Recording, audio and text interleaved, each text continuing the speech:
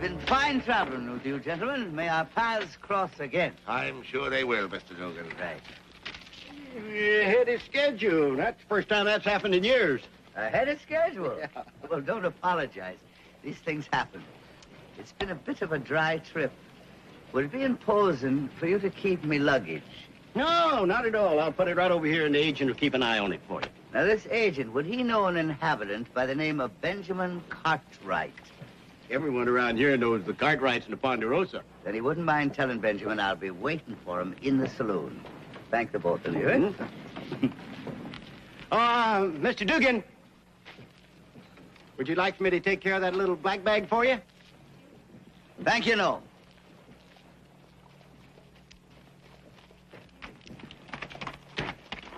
Greetings, gentlemen, greetings. Yes, sir. I'll have something light, if you don't mind. Light, sir? What about 3 ounces of whiskey will be fine? That's light enough not to strain a man's arm. It's a pity for me to drink it all by myself. Set 'em up for everybody, will you? Osmo, get the boys over. Welcome to Virginia City, sir. Yes, you know, in my opinion, a friendly saloon is the crown of our entire civilization. I couldn't agree with you more. All right, gentlemen, to the health and to the good fortune of everybody. It's excellent. It's excellent. I always wanted to wear one of them fancy hats. I'm sorry, my friend, but this was one time the property of the Honorable James Buchanan, who was the 15th President of the United States. I captured it, as you might say, at the great Democratic Convention of 1856. Is that supposed to mean that it's too good for the likes of me? No, not at all, at all. It's just I have a fierce pride, you know, in being only the second man to wear the favorite hat of the 15th President. Well, let me warn you, mister. There's going to be a third. Take patience, will you? Nobody does that to me. Now, easy, Patrick. Nobody! You hurt the little fella. Now you stop it. You pick on someone your size. Yeah.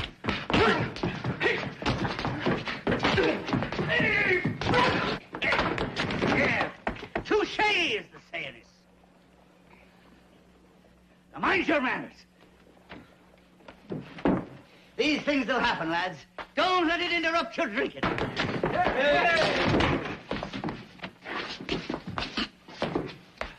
O'Neill! O'Neill, sit down. Now, just stay put. You're drunk. Let's not get into any fights. Stay right where you are. Look at that, will you? Look at that. Nothing's changed. It's exactly the way we met 25 years ago. That's right, O'Neill. I might have known I'd find you in the middle of a big fight. How are you, my boy? Just wonderful. It's good to see you. Now, we're going out to the Ponderosa. We got a lot of talking over to do. Come on. Give me that little black bag there, will you? Peace on earth, gentlemen. O'Neill, you know, you're lucky you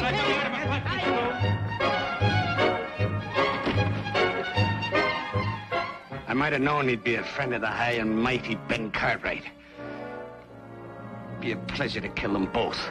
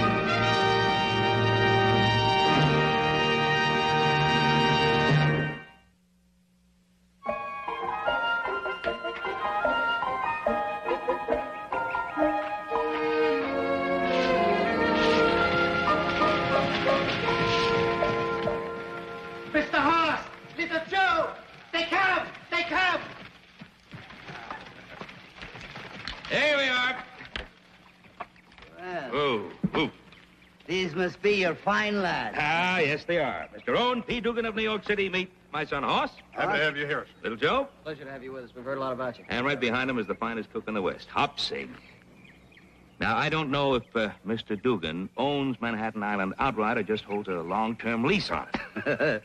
If I told you how long I'd known your father, you might discover he's been lying about his age. Get Mr. Dugan's bag. Right, I'll get it. It's a very impressive place. Our home is your home. Stay a lifetime. It's just possible I'll do that.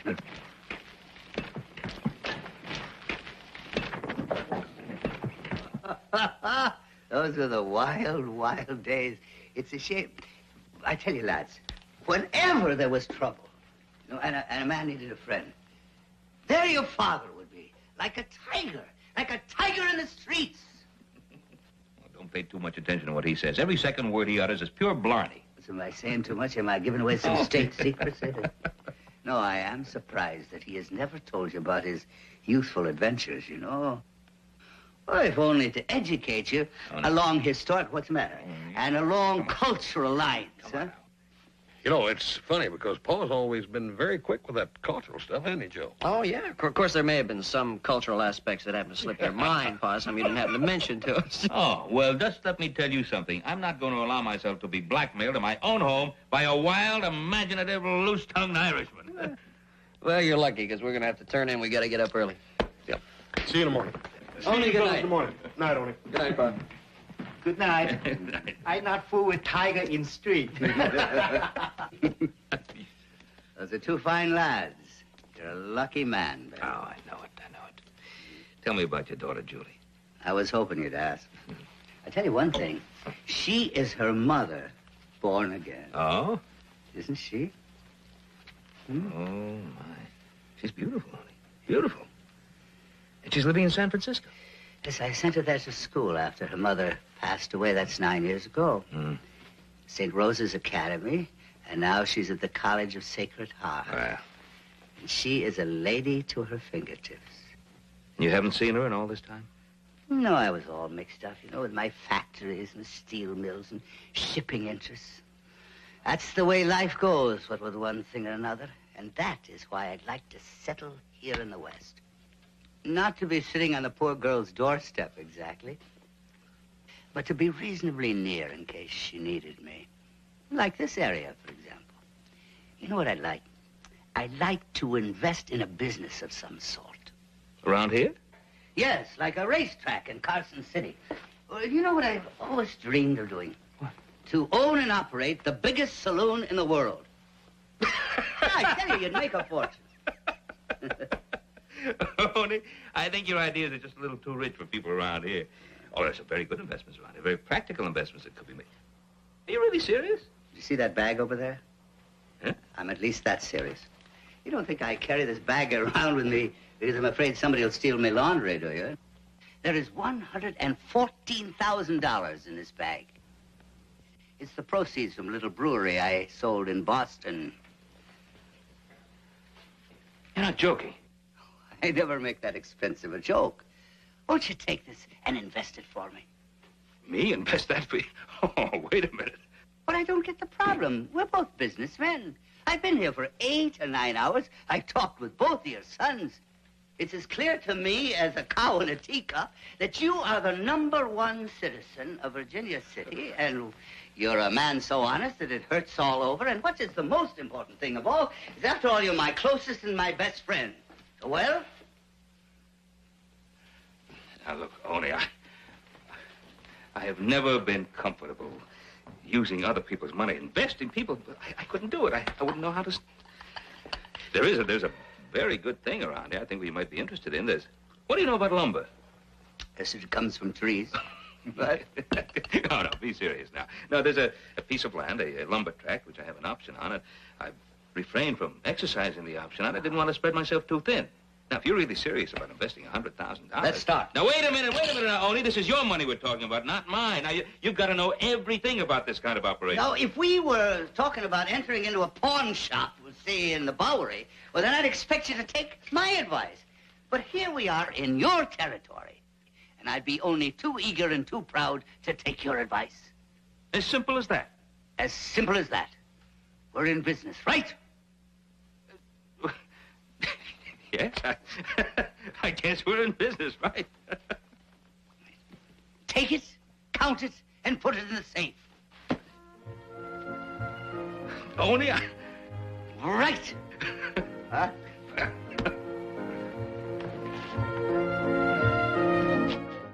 What was your name? Stinks.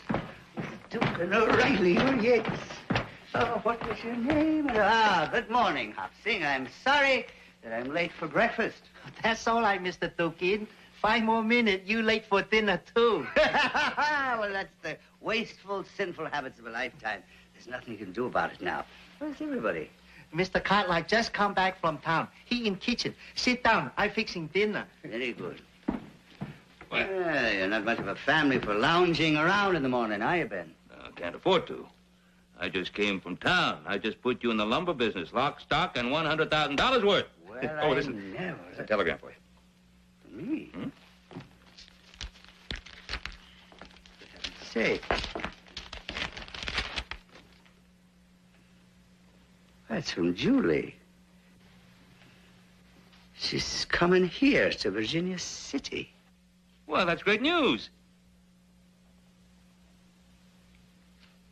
What's the matter, Only? Aren't you pleased?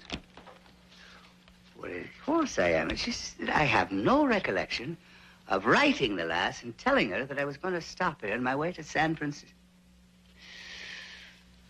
Oh, but I did. I remember now. I must be losing my memory in my old age. It's a very happy day for me, Ben. Well, it's a happy day for all of us. Dinner is served. Come on, let's eat. Now, Ben, after dinner, you know what I like? I like to take a ride up and look at my investment. Well, I'll ride up with you. No, if you'll just show me the way. I'd like to go alone. I suddenly got a bit of thinking to do. All right. There you are. Well, if it isn't the respectable member of the organization, Only himself. Come in, come in. Greetings, children. Have you gotten any leads on putting some of the boodle into an honest business? That's why they sent me here, isn't it? I'm a silent partner in the lumber business with an old friend, Ben Cartwright. Fine, fine. We've heard the name mentioned since we've been here. He's a respected man. Listen, I'm going to see to it that his name stays respected. You'll do what you're told, and don't forget it. Don't threaten me, lad. I have a short Celtic temper. I'm not threatening you, Only. But if you want your daughter to find out what you've been doing all these years, well, that's up to you. So it was you that sent her that telegram? Ah, just following orders, Only. Just following orders. Like you will. Am I right? You're sure right, lad. We'll expect another report soon. He'll stay in line.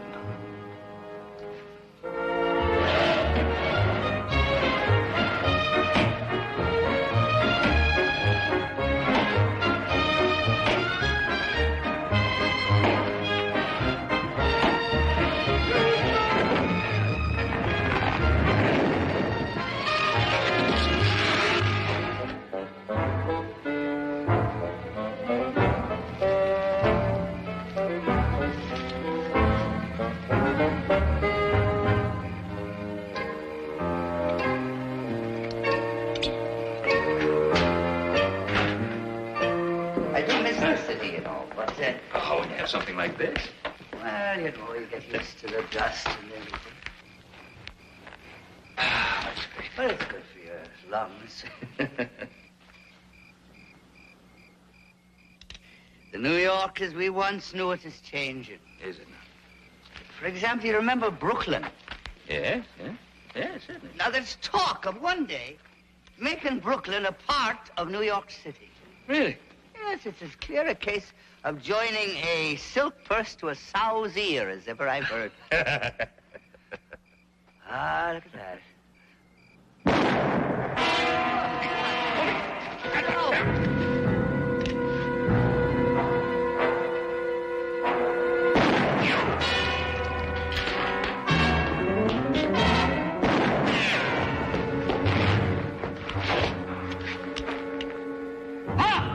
Joe, he's behind the wagon. Oh. All right, now.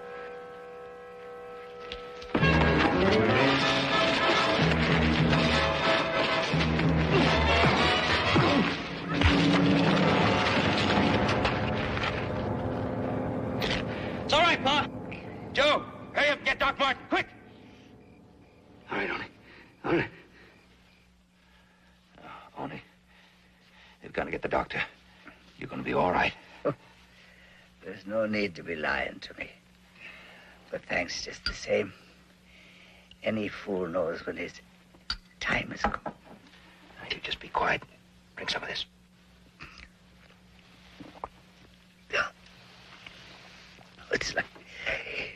It's like the Lord told Lucifer. You can't win them all.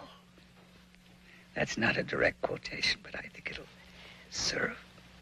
Now, just stop your talking and be quiet. No, I'm afraid I have to talk. There's something you should know. I am a man that is not worth your friendship, as I am a scoundrel and a cheat. The money I gave you, it was never my own. It was booty and graft from Tammany Hall. And it was my job, to invest it, one miserable bag of it, with someone I could trust. Somebody who would make it seem legitimate. Don't despise me. It's my deathbed. It's true, but if I had my life to live over again, I'd be a different man, I tell you that. It's too late. I'd like to postpone this, I tell you, as I had grand plans for my funeral. I used to think I'd have 6 black horses to haul the poor skin and bones that was left of me through the streets of New York. Now, you promised me something. You promised me there won't be one word about my sins to Julie. I promise. Thank you. I'll do the same for you someday.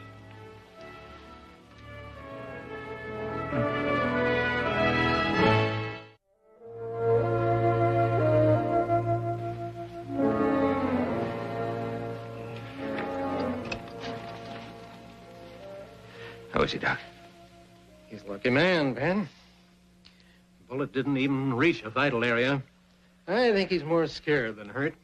But give him some good care and rest, I think he'll be back on his feet in no time. He'll get that. Good night. Good night, Doc. Thanks. Thank you.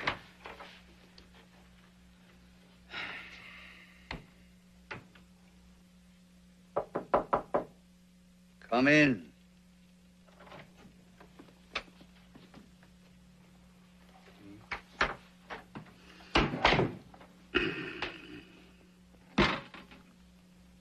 What's that for? I think you know. Oh, it's a terrible and humiliating thing for any man to survive his deathbed confession. Only I can't use that money. Why can't you use it? Because I can't. It's not as though you stole it yourself. If I used that money, it would be exactly as if I'd stolen it myself. Oh, Ben, for heaven's sakes. When you thought you were dying, I heard you say with my own ears that you wished you had a chance to live your life over again. I did. Well, you have your chance now. How? What? Now, I don't want to be a conscience. But the thought occurred to me that if you really wanted another chance, you'd give back that money. You know, that is the maddest statement that I've ever heard in my life. Why? Well, in the first place, politics is politics. And then no decent man would ever betray his fellow thief. And besides, it's not so easy as all that, you know. You can't look a crooked dollar in the face and you say, oh, this dime belongs to that construction job and this 15 cents belongs to the other. It's all mixed up. It's all part of the system. And then in the long run, what does it matter? Well, it matters to me. Now, Ben, look, this lumber deal is already underway and Haas is up there right this very minute. That's right. Well, you need the money. Yes, I do. Ben, my little girl, Julie, will be here in a few days. Yeah? And you won't allow any of this to make any difference with Julie, will you? Oh, what do you think? Why, I think that you know she's the only good and decent thing in my life. And that I'd sooner die, for real, you know, than give her one moment of heartache.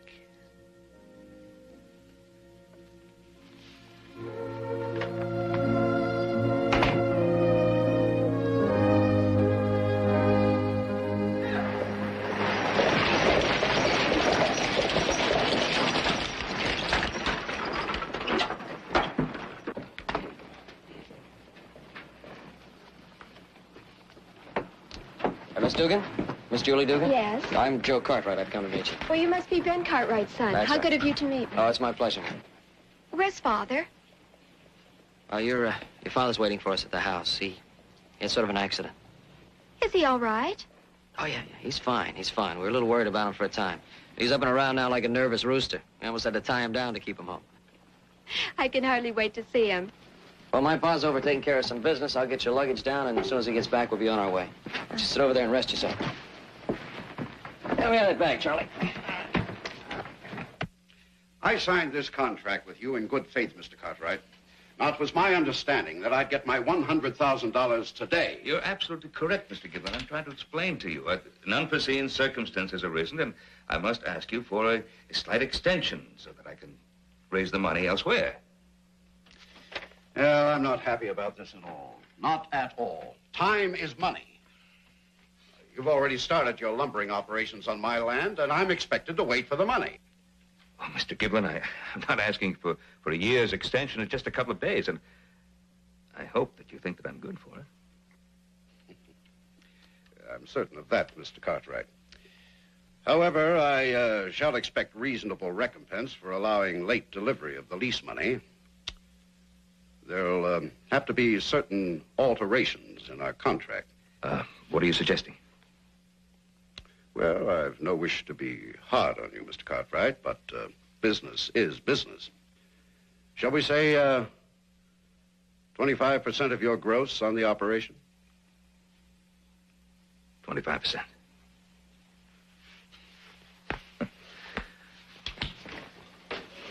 Mr. Gibbon, I thought you used the word reasonable. What you're suggesting is highway robbery. Take it or leave it. Well, that's the way you're going to put it. Mr. Giblin, I will leave it. And I will leave your land tomorrow. You'll pay damages. Reasonable damages, Mr. Giblin. Reasonable damages.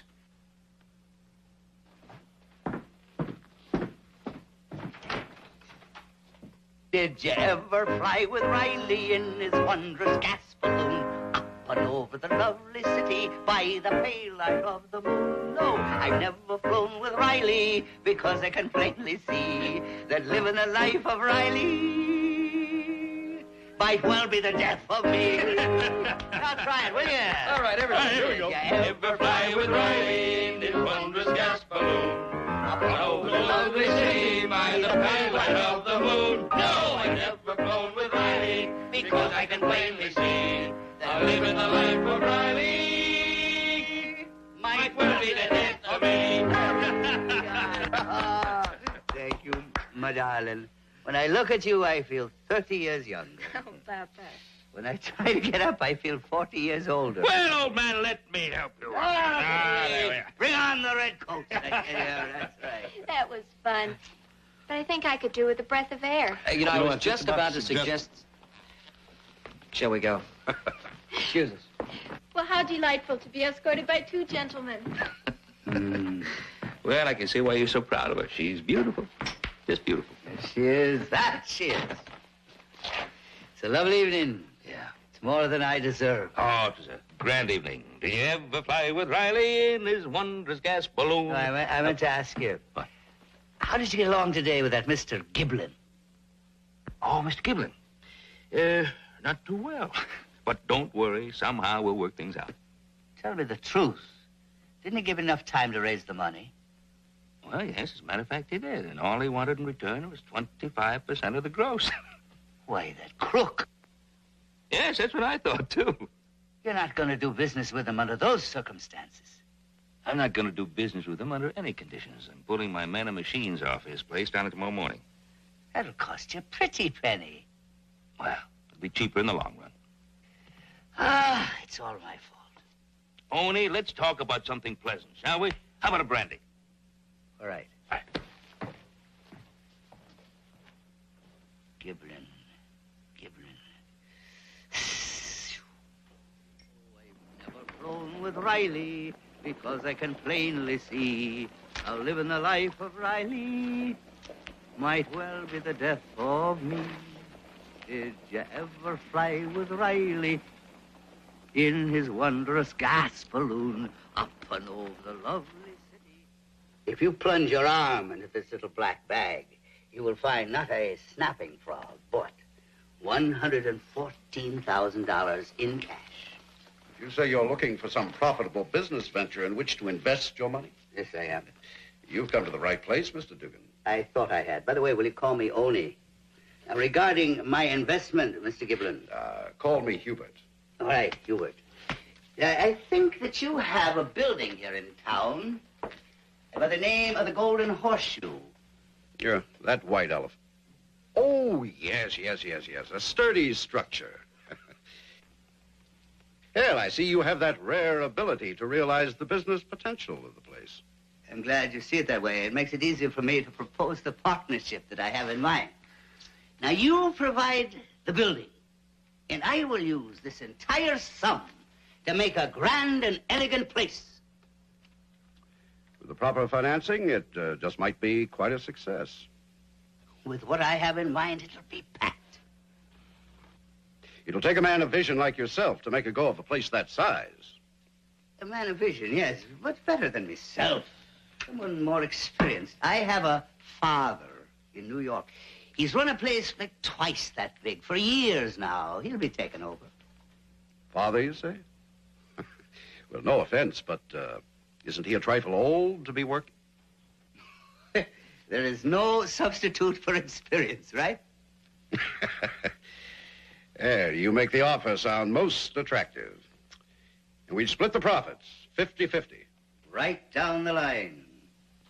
All right, I'll draw up the partnership agreement right away. Just one thing. Now, I may have to loan this money temporarily to a friend of mine before we go into business together.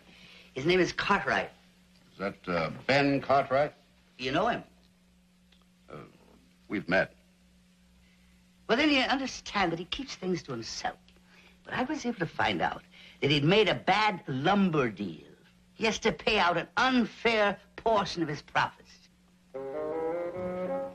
I may have to force this money onto him in order to help him get out of it. It just so happens that I have some influence with the timber interests here. I just might be able to prevail upon them to be a little bit more reasonable with Mr. Cartwright. Well, in that case, I wouldn't have to lend that to him, would I? And we could proceed with our little business agreement. Exactly. Onward and upward, as they say. Arnie, you talk my language. Hubert, I should. I've had a lot of practice. Well, shall we get to this partnership agreement? Good idea. I have it right here with me. Sign there.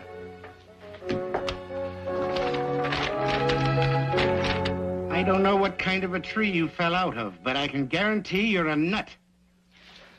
How can I take a job chopping trees if I'm going to spend the next 10 years in jail? Well, that's an interesting question. Now I've got one of my own. What have you got against the Cartwrights? Oh, I don't know. Well, it isn't easy to say. Well, think deep about it.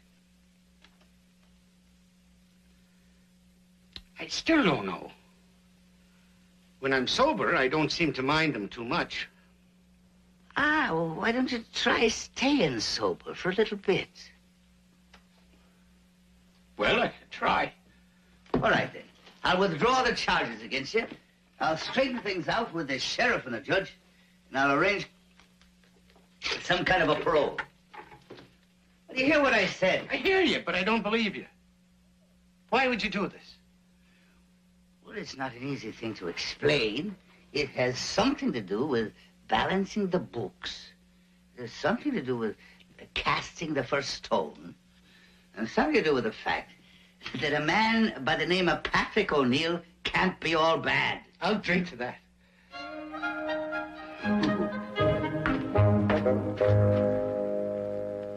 Honey, it was nice of you to get Patrick O'Neill out of jail. You know, of course you were right. He wasn't intending to kill us. He was drunk. But you really want me to hire him? Well, you said yourself he was one of the best logger foremen in the business when he was sober. Ah, exactly. When he was sober, and he hasn't been that in a long, long time. He'll change. A man may be down, but he's never out. Well, all right. I'll hire him. But the first time he's in trouble on the job, I'll have to get rid of him. I don't think he will. But you sure are right about people changing. You know, yesterday, that fella Gibbon, I wouldn't have given a dead coyote for him. And today, he gives me all the time I need to pay what I owe, no penalties attached. Oh, free and clear. He's a changed person. He is? Well, I never. Yeah, you see, you give people enough time and they'll mend their evil ways, as my grandmother used to say. Well, I gotta get me an early start. I'll see you in the morning. Help yourself. Oh, yes.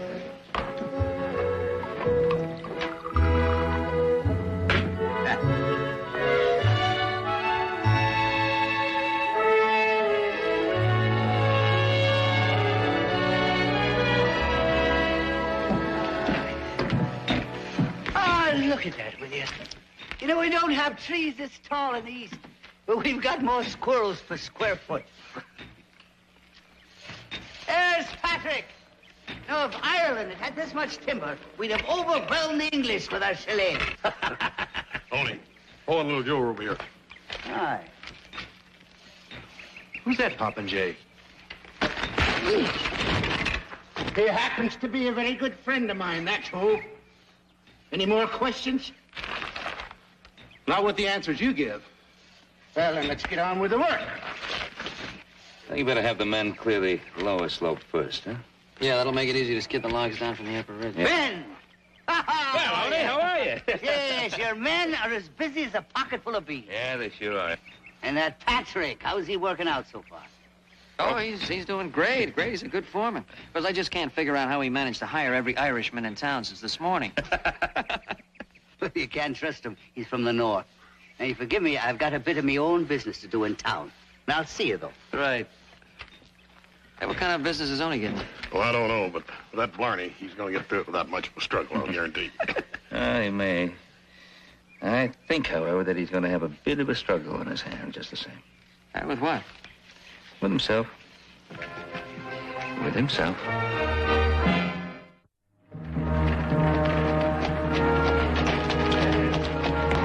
Hello, Oni. It's a nice day. It was a nice day. The sight of you two would chase a snake up a rope. You don't really mean that. We've been kind of worried about you, Oni. Let's go over to the saloon and have a little drink. Come off of it, Tierney. I'm here as a retired gentleman, rich and respectable. What would I be doing with the likes of you? We're simply fellow New Yorkers you happen to meet. Interested in a little friendly business conversation. Yes. You want to be friendly, don't you? I do not. Well, extend yourself. Ah,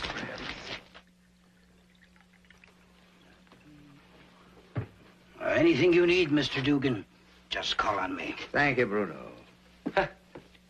And I must say you're a big man in town, Oni. It's royal treatment every time. That's because I'm not shanty Irish like you. Bruno can sense the royal blood in my veins. Sure, Oni, sure. It may seem a bit unfriendly, our checking up on you like this, But the organization's a little nervous these days. There's a new atmosphere back home. What with the reformers sticking their sharp blue noses into everything except a man's morning coffee. Tweed himself was worried about the last report. The boys would like to check on the current state of their investments, is the word we use. What's that got to do with me? Well, you took $100,000 out of New York to invest it in some honest enterprise with your friend, Mr. Cartwright. That was with the boys' approval. What about it? You didn't invest it with Cartwright. You deposited it in the Virginia City Bank. Not only was the money deposited, but you've been withdrawing big chunks of it in bank drafts. Why? Well, I think you two deserve some answers, and I'm going to give them to you. Now, I tell you. You recall that big saloon in the corner, the one with the handsome pillars? You mean the one that's vacant? The same, only it won't be vacant long because I'm taking it over, and it'll be the biggest in the West. That's your investment. It is. So you see, I couldn't ask Cartwright to go in with me because he knows nothing about it. So I went big with Giblin. And I must say, Odie, you never did think small. That's what the bank drafts were for. I sent for the equipment, and it took almost all of the $114,000. But it was worth it. I'm starting on the inside first so that we can open sooner. Good thinking. I thought you'd see it my way. I'm sorry if we appear to be a bit rough on you, but, well, that's our job, you understand. And I really want to say it, and I mean it from the heart. I'm glad we didn't have to tell Julie about your misguided past. Of course, I understand. And now you can report that Oni Dugan has made the smartest investment in his life. Shlanta. Shlanta. Shlanta. Good day, gentlemen.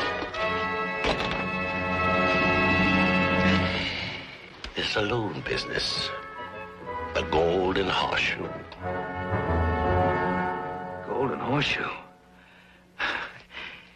Only when I heard that you had bought that saloon, I could not believe my ears.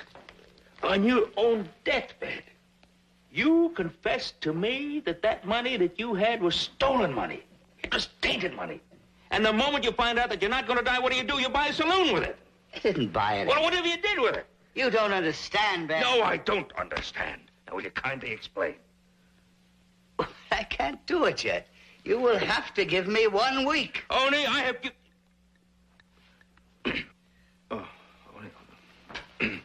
What?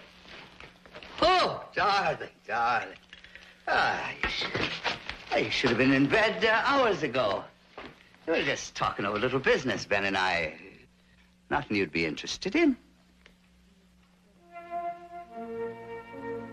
You didn't hear us, did you? Do you think in all these years I didn't know what you were doing? The stolen money, the deals, the payoffs. You must have misunderstood. No, Papa. I know everything. Everything? Yes. Oh, my friend. You may think it's strange, but I wish I'd been killed by that bullet. It'd be less painful than this. Oh, if only I had another week. Do you think in 1 week you could make up what you've done in a lifetime? Oh, no. But as my grandfather used to say, I can try.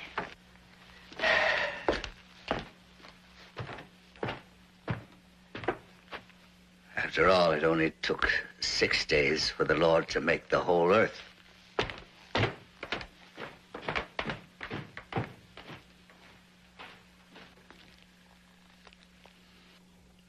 Well, see the owner's missing breakfast together this morning. Yes, 5th day in a row. I heard him leaving when I was getting dressed. No can understand Mr. Tukin. At first, all time late for breakfast. Now, too early. Huh. Looks like he's going to go ahead with the saloon, huh? Sure does. He's very serious about it. Let's eat and get up to the lumber camp.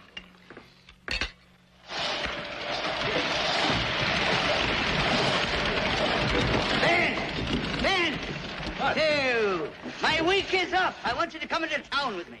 Town for what? My shipment's coming in. Now, this is the last favor I'll ask you. Now, you come on, will you? And will you bring Patrick O'Neill with you? Will you? All right, I'll do it. We better get Patrick O'Neill. Come on, let's go.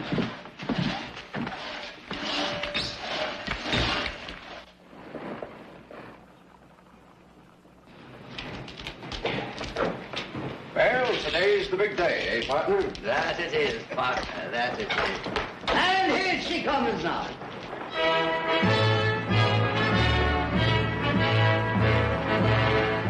I can hardly wait to see our equipment, Oni. Undoubtedly the finest marble-top bar, cut crystal chandeliers, plate glass mirrors, piano, and rugs as thick as bearskins.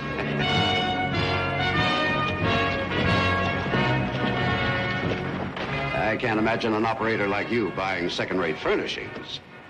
I didn't. Be assured of that.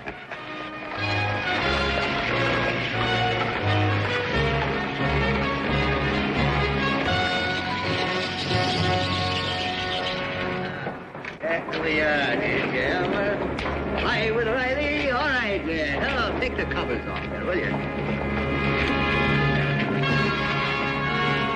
That's an altar. It is. What's this all about, Mr. Dugan? Now, call me Oni. Well, where's the fixtures you ordered for the saloon? Saloon? I don't recall guaranteeing that there'd be a saloon. What was all that talk about your father coming from the east to run the place? Well, not my father, a father. Father O'Brien, and a very fine man he is, too. Don't you try to cheat me, you crook. I own half of this place. I've got a paper to prove it. Well, it's my investment, too, and I say it'll be a church. It's a long way from being a church, and you know it. As far as I'm concerned, it's a saloon, and it's going to stay that way. And I say that it'll be a church. We'll see about that. All right, see about it. What are you staring at there? Give him a hand, will you?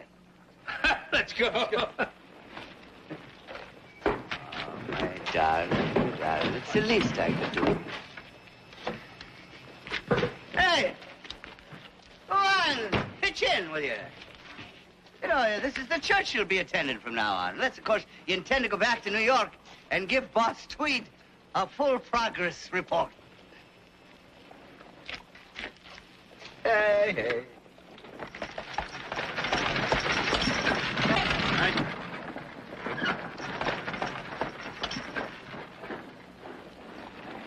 There's a bit of equipment that's been long time needed around here. And I hope you'll be spending a good deal of time in it, Papa. I will, I promise.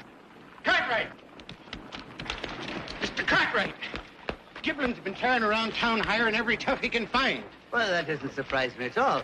He's the type who'd steal a dead fly from a blind spider. I guess he tends to make good on his threat. We're not going to have too much longer to find out.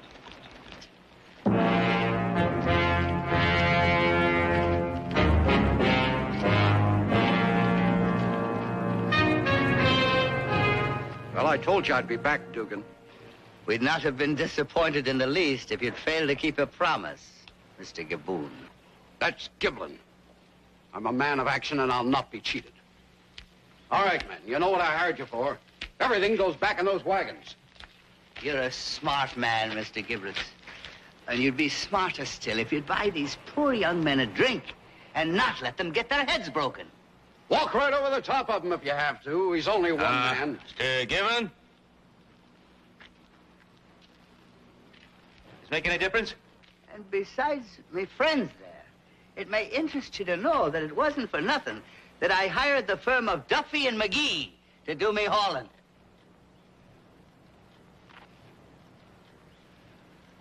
I'll double your pay. Now get in there and get him. Let's get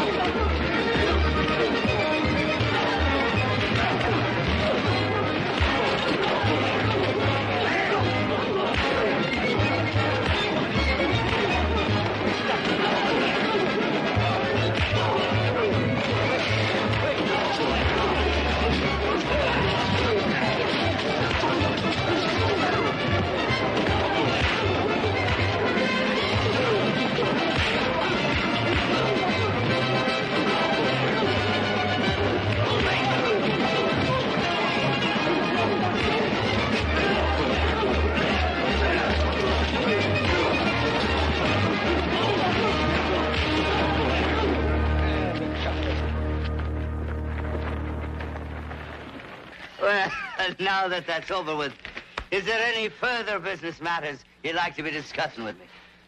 The church is all yours. There we are. I want to thank him. Didn't I tell you he was a tiger in the street? You know, how can I ever thank you, gentlemen, for the magnificent help you've given me over the last 3 weeks? Looks wonderful. There comes my father.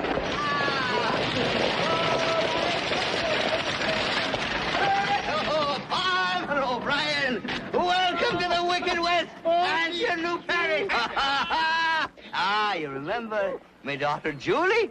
Yes, yes. Julie, oh, bless your heart. Hello, Father. Now, these are my good friends, the Cartwrights. How do you do, gentlemen? Father, how are you? I've got to be admitting it, Tony. It's every bit like you said it was in your letter. Indeed it is. Now, about the church. We haven't even started on the outside yet, you know. It looks like the devil. But the inside, it looks like heaven itself. Sure, anyone can tell at a glance. It's a fine, upstanding, peace-loving town. Which nobody can deny, my friends. Which nobody can deny. Come along, Father. Oh, did you ever play? Which nobody can deny.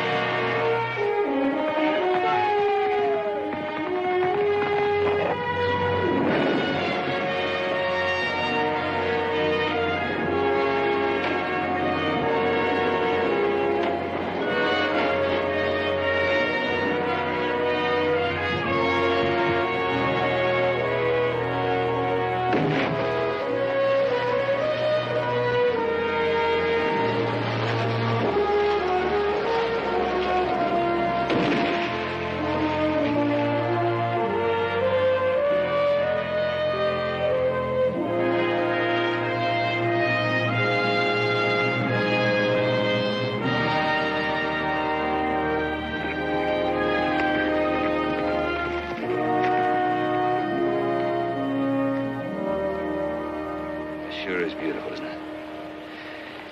Look at a view like this. Makes you feel a mite insignificant. Yep. It's almost a shame to have to cut a logging road through there, ain't it?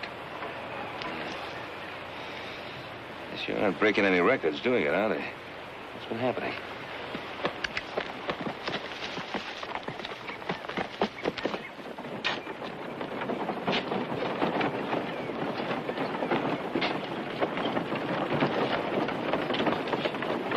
Back to nature, he tells me. Get away from them smelly cows, he tells me. Cook up a mess of trout every night for supper, he tells me. Why didn't you tell me you were wrestling boulders and 4-foot stumps? Well, look, I'm just as surprised about it as you are. I only told you what Pa told me. Hey, you know, if that silver dollar had come up heads, you know where I'd be right now? San Francisco. Barbary Coast. You're a lot better off right where you are. The things you're wrestling don't wrestle back, and you don't have to buy him champagne. The boss.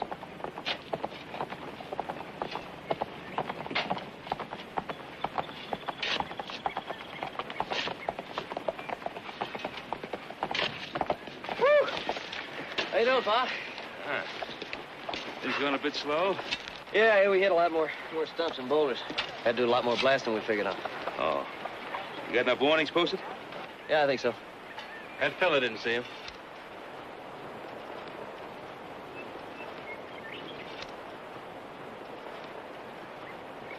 We get 3 or 4 more up around there, huh? Right away. I'll help you. Hey, Pa? We got an extra shovel here, Pa, if you want to give me a hand. Oh, Joe, that's a mighty good-looking shovel. You should be doing a lot of work with that one. I got things to do up there. Bye, Pa. Who was that? One of your cowboys?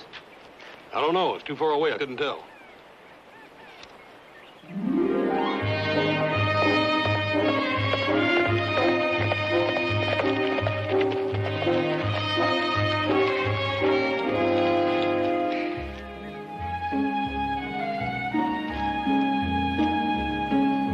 Easy, boy.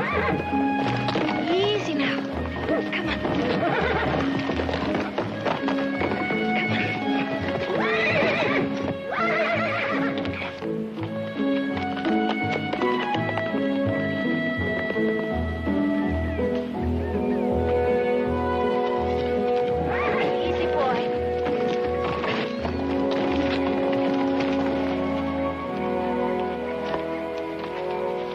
Honey, Jace. you ought to know better than to try to rope the caballero.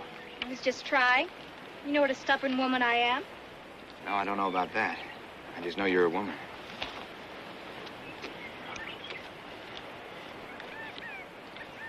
Got some bad news. They said no, didn't they? They were nice and polite. The bank has its obligations, too, they said. You know that ever since your father died, they wanted to take this ranch over. Well, so they're going to call the loan today. The sheriff's on his way to post the property and take all the animals. There'll be a court auction at Rimville tomorrow.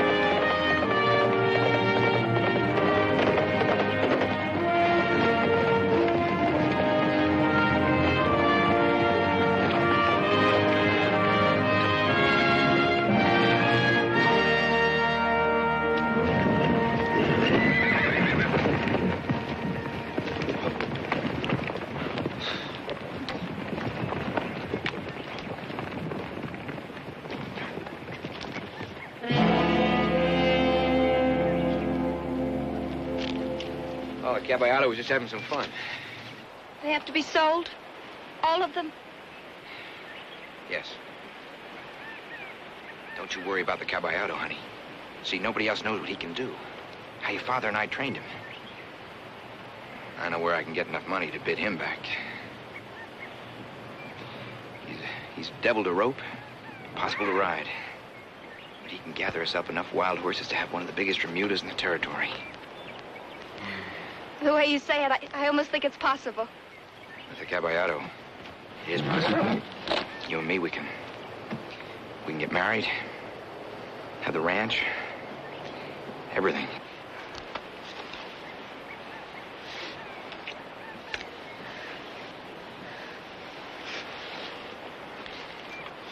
I'll see you in Rimville tomorrow. Jace? What about your uncle? He tries to stop me. I'll kill him.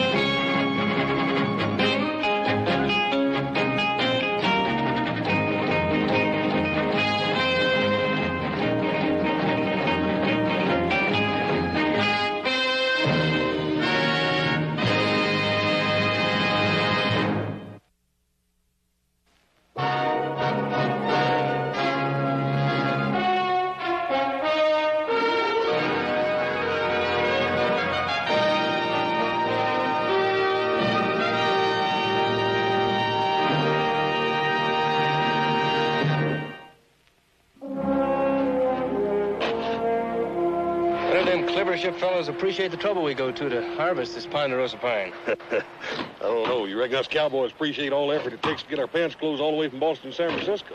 It's a good point. Hey, come on, will you, powder man? We're waiting. I'll have this thing dug up before you get it blown up.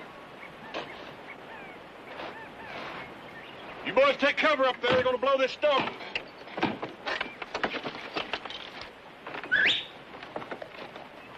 Give me a shovel full of dirt. Get up. Easy does it. The date tonight.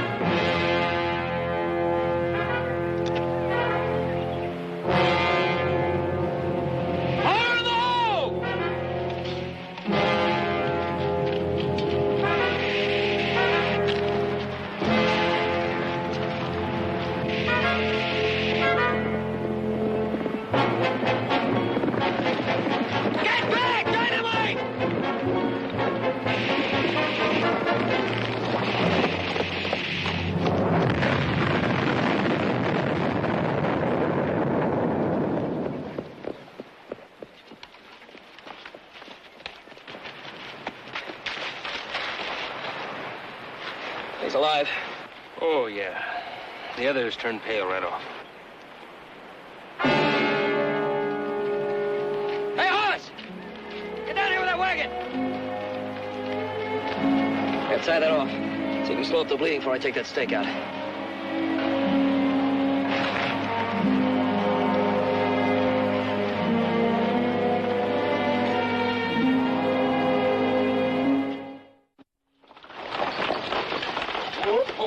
Hey, Pa! Pa, get out here! We got a man hurt bad. Okay, and he's taking all those warning signs. Help him. Get his shoulder. Get his shoulder. I got him.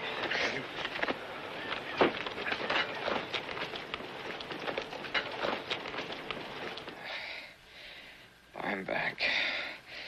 Get away. Stop. Take it easy now. Easy. We're taking care of you. What happened? I've got to get to Rimville. Just lie back now. You're hurt. I don't care if I'm hurt.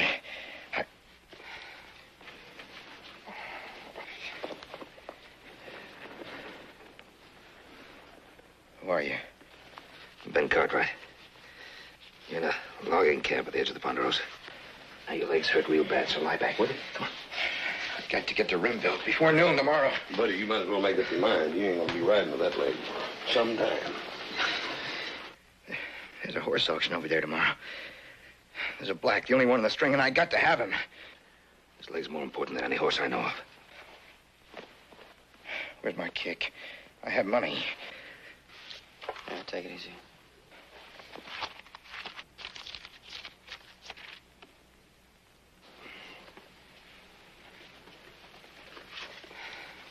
Mr. Cartwright, I don't have any blasting to do for a couple of days. I'd be delighted to go to Rimville and take care of it for him. Rimville's not just over the next hill. It's a long ride overnight. Well, you know, Pike, I could go along with Candy. You could keep an eye on him. Oh, he could keep an eye on me, too. First time you volunteered for anything in over a month. No, that's the reason I'm doing it. I feel kind of guilty about it. Well, I got plenty to do here. There's $500 in there. $500 for one horse? Was he made of pure gold? I got to have that horse. He's the only black in the string. I got to have him. Don't worry, we'll get him for you. Just take care of that leg.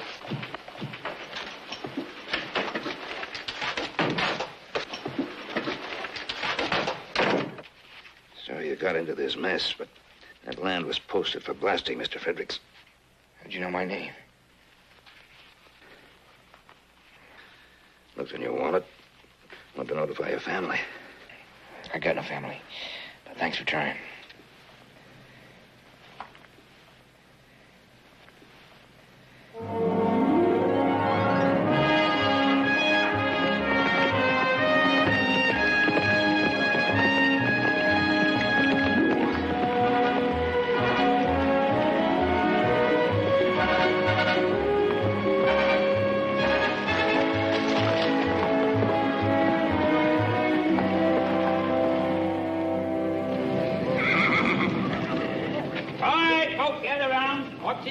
begin. The other round. All righty, you all. It's high noon. We gotta get this selection of horse flesh bought and paid for. Bring out the first one.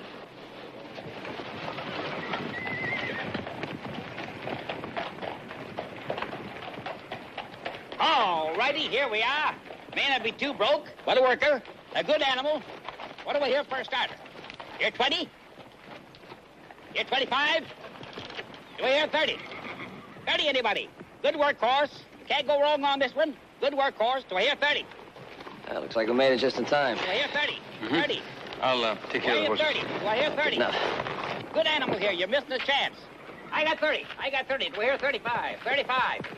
35. Going once, twice, 3 times, and sold to the bow-legged cowboy for $35. Tommy, let's get that good-looking black one in here.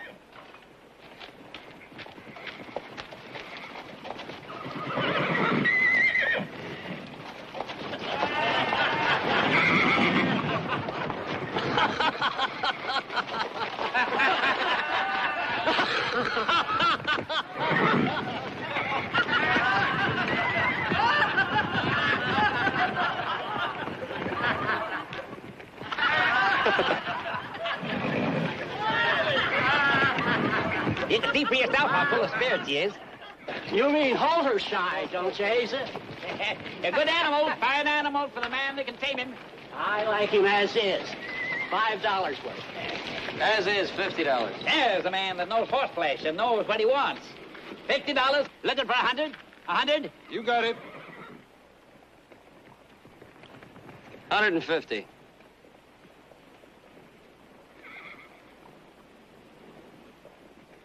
Exactly $200 and no cents. If he's worth 200, he's worth 3. I hear 3, don't I? You just heard it, 300. You just bought yourself a horse, friend. I've got 300. Do I hear more? 350. Going once, twice, 3 times, and sold for 300. Pay the tally and collect your bill of sale. 300. Well, I'll try to get a holder on him. Why anybody wants to buy him, I'll never know. Good luck.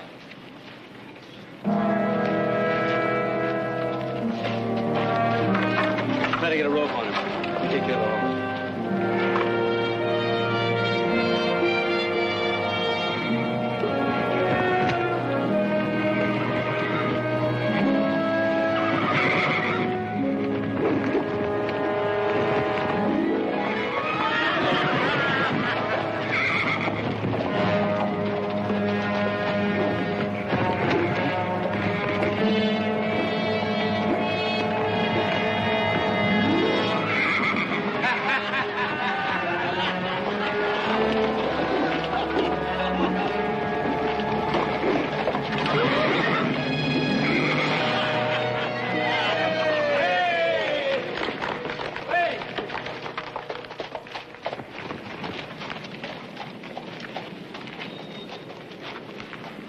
Stay here.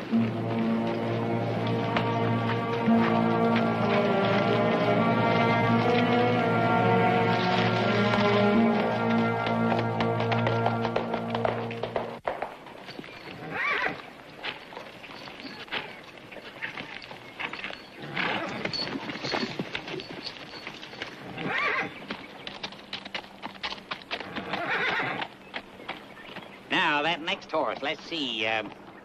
Next animal is one you can lasso.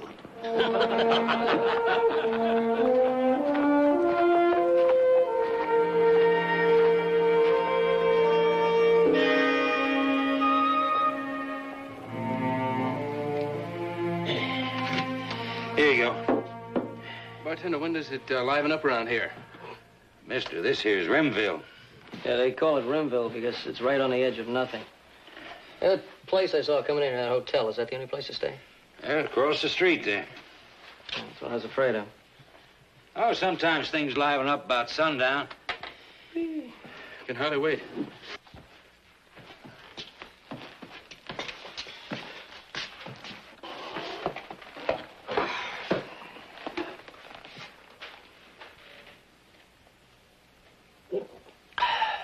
Flat.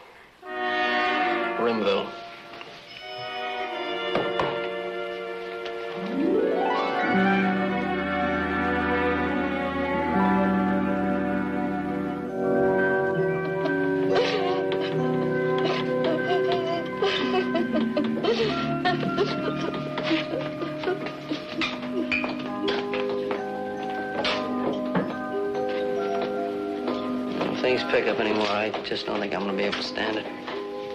We'll rest up from all the excitement over at the hotel. You know, I bet the chambermaid will be 72. As a matter of fact, he is.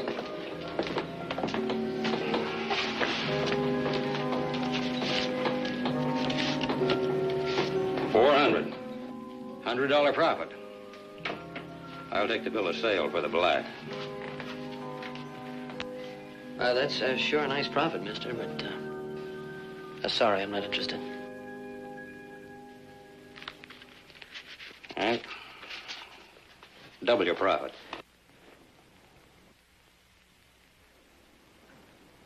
I'm Gabriel Bingham, and I want that horse.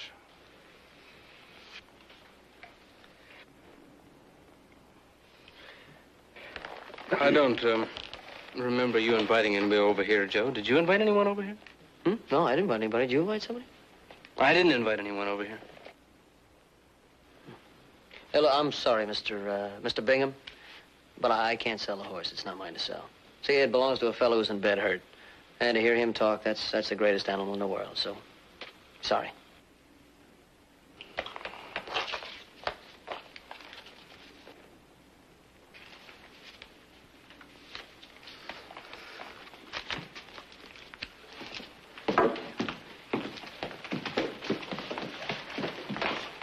Hey, cowboy, did you know who that was? Oh, yeah, that's Gabriel Bingham. He likes black horses. I get a strange feeling our exciting night in Rimville has just come and gone. Joe, give me another look at that bill of sale. Well, it's just a bill of sale. I got me curious. I must have missed something when I looked at that horse. No, I counted 4 legs and a head. Hey, bartender, what do we owe you for the champagne, the pheasant under glass, and the dancing girl? Huh? The bill, please. $2.06. I'm going back over to the stable and taking another look at that horse. All righty. I'll be up in the room figuring out exciting stories to tell Brother Hoss when we get back. You see, that was 2 and 6 bits? That's right. Yeah, hey, buy a beer for the lady.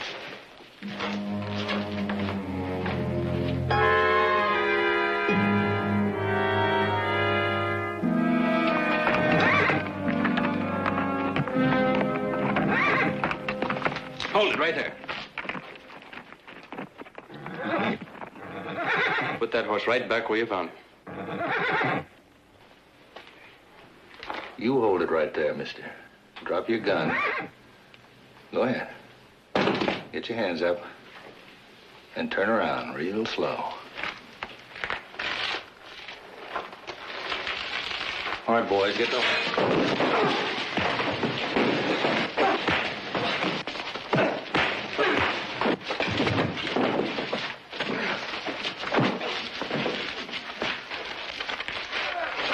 I'm all right. Get the horse out of here.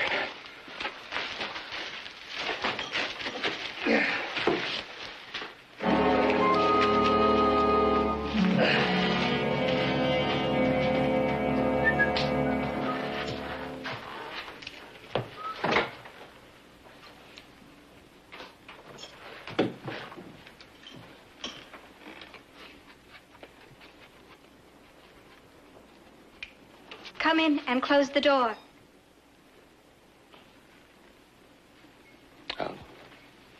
Ma'am, I think maybe you have the wrong room. Just come in and close the door.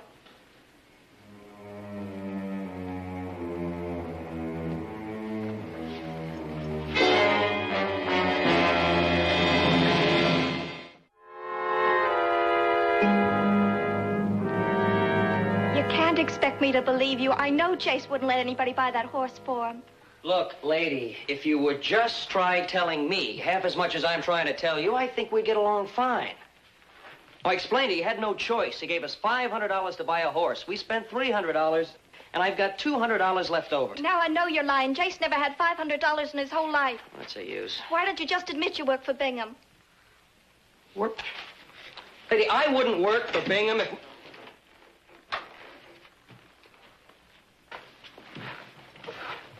What the heck happened to you? You said he was 70. I was wrong again. What happened?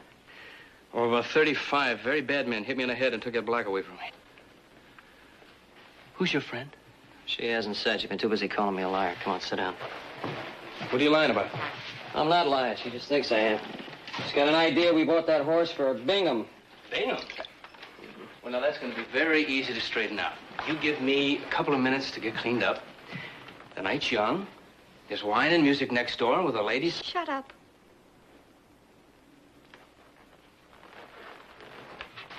She's not very friendly, is she? Now, show her the bill of sale, will you? They got that, too. They got that, yeah, it figures. Do you have any idea where they went?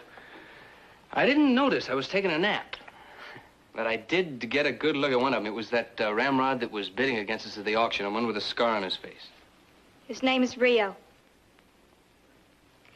He's Bingham's foreman. Bingham's foreman. So Bingham's foreman steals a horse from us that we paid $300 for. Now, you still think we're working for Bingham, or are you beginning to believe what I've been telling you? I guess I was wrong. Please, take me to see Jace right away. It's very important. I'm sorry to say this, but you're going to have to go without me. I'm going to be busy. Yeah, well, now, hold on. You're going where I think you're going. You need help. Lady needs an escort. I'll get that horse. Please, take me to see Jace right now. All right, first thing in the morning. If you'll do me one little favor. What? Put the gun away.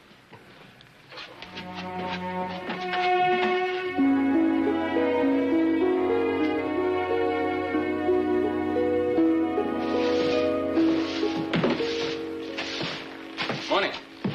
We're going to find the sheriff. It depends. What you want to see him for?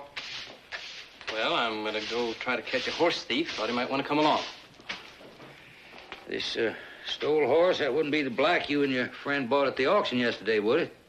Could be. It's too bad. As I recollect, Mr. Bingham offered you and your friend a fair price for that piece of horseflesh. Could be. But that doesn't give him license to send his foreman to steal it. Son, you take my advice. Don't accuse Mr. Bingham of anything you can't prove beyond a shadow. Don't need advice. Just directions. Well, fair enough. No advice.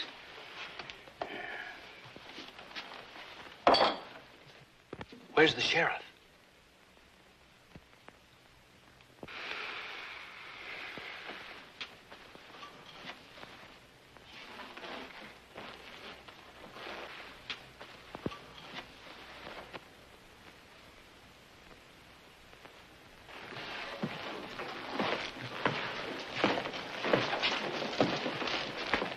You know something? Your beer's lousy, too.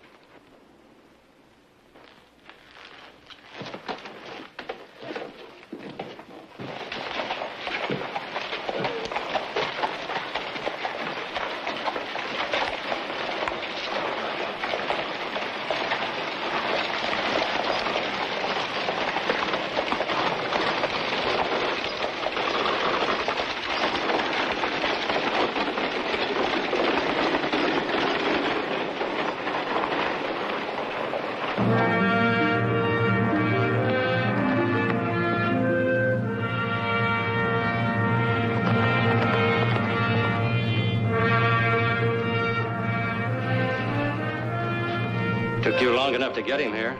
Well, that ain't just a horse, Bingham. He's half horse and half pure devil. Maybe. I took a few punches getting him, too. But you aren't done yet. I told you to bring in Jace, too. Well, how am I going to do that? I don't know where to look for him. And you call yourself smart. Took me 1 minute with the hotel clerk to find out it was Joe Cartwright bid in that horse. Cartwright, huh? And Cartwright himself said he bought him for a man who's hurt and in bed.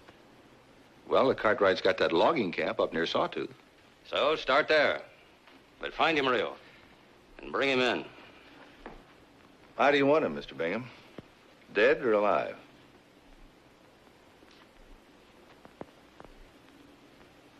Yeah. Dead or alive.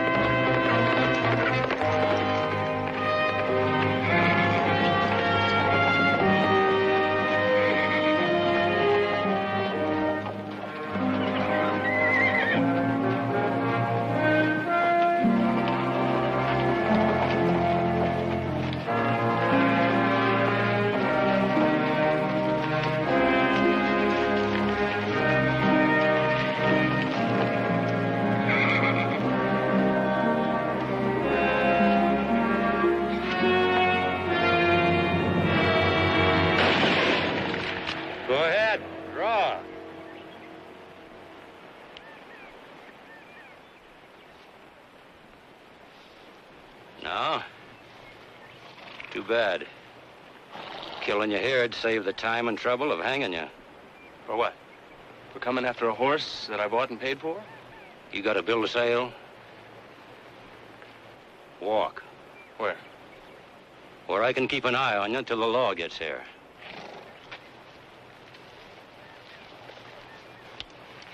Sure we should go for that gun.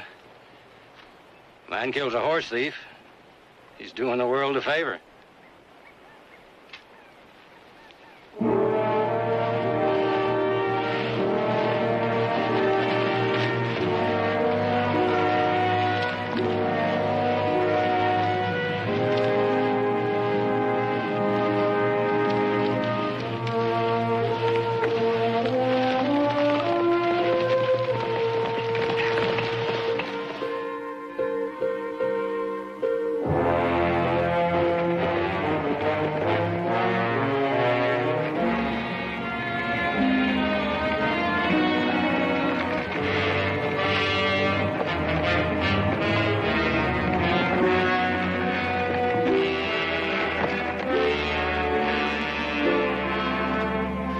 Hurting in bed, so if he's here, he'll be in the bunkhouse.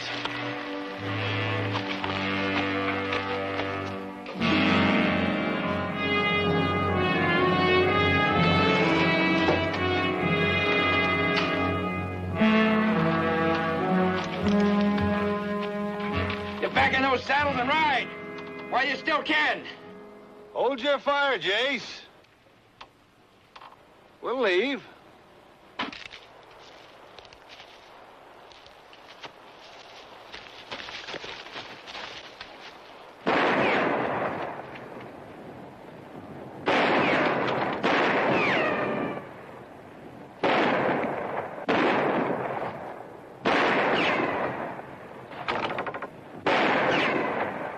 What's going on here?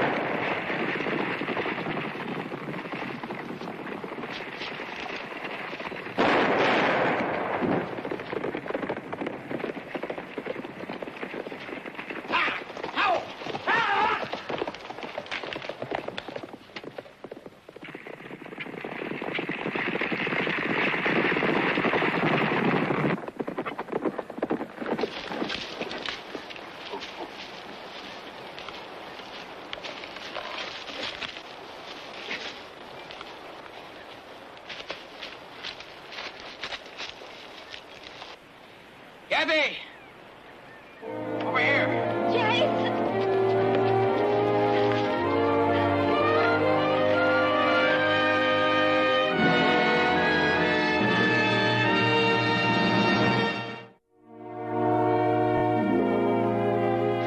Now, Jace, your troubles are your own until they involve the Ponderosa.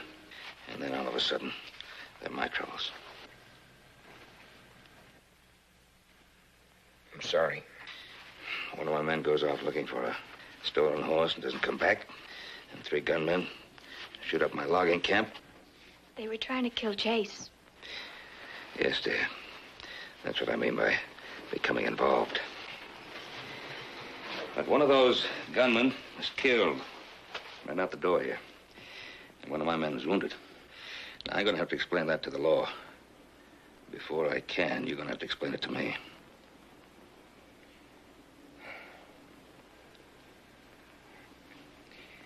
Started 6 years ago. Pa broke his hip. He was bedridden after that. My uncle, Gabe Bingham, ran the ranch. He was supposed to teach me how to run it. But all I was ever allowed to do was clean the stables and dig post holes. I'm a fair hand with horses.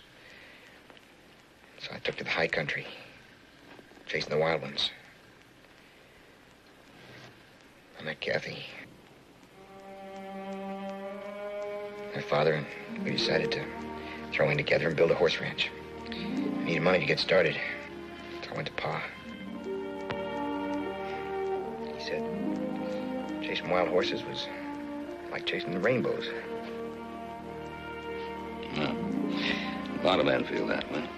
And Kathy's father and I started to train. A black caballero. How did you know?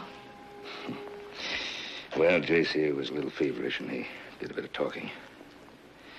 Horse that can round up other horses is worth a lot of money. This is the best one you ever saw. Anyway, to make it short, Pa died.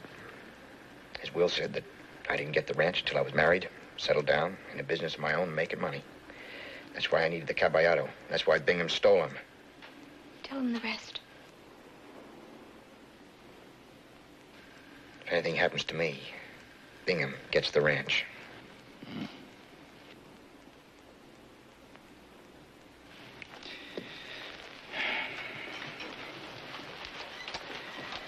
Jace, you gave Joe $500, huh? Where'd you get it? Out of the ranch safe. Back wages Bingham wouldn't give me. He'll say I stole it. It's Chase's money. He earned it.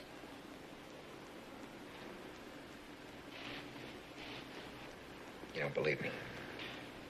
Well, son, it's not a question of believing or not believing.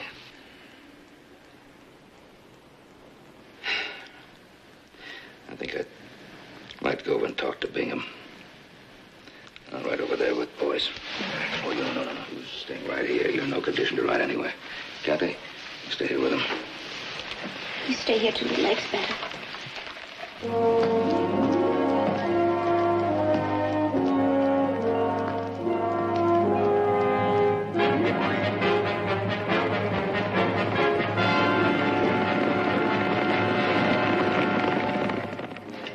Thought you'd like some. Chase, what are you doing out of bed? Wasted too much time already. I'm all right. Darling, you're just not well enough yet. I'm going, Kathy. I got to be there when Bingham talks to Cartwright. I want my own reign on that caballero.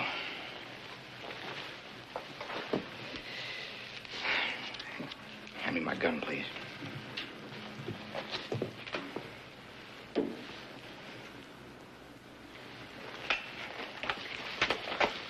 I need my horse. I'll saddle mine up, too. Kathy.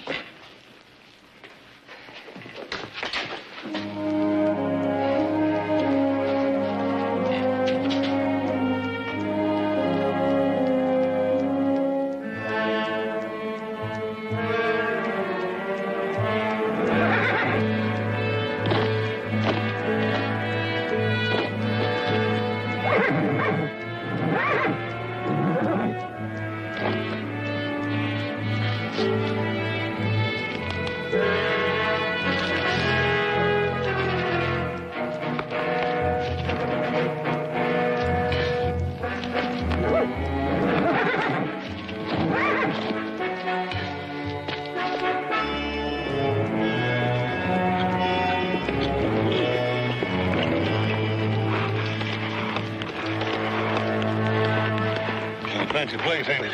Yeah.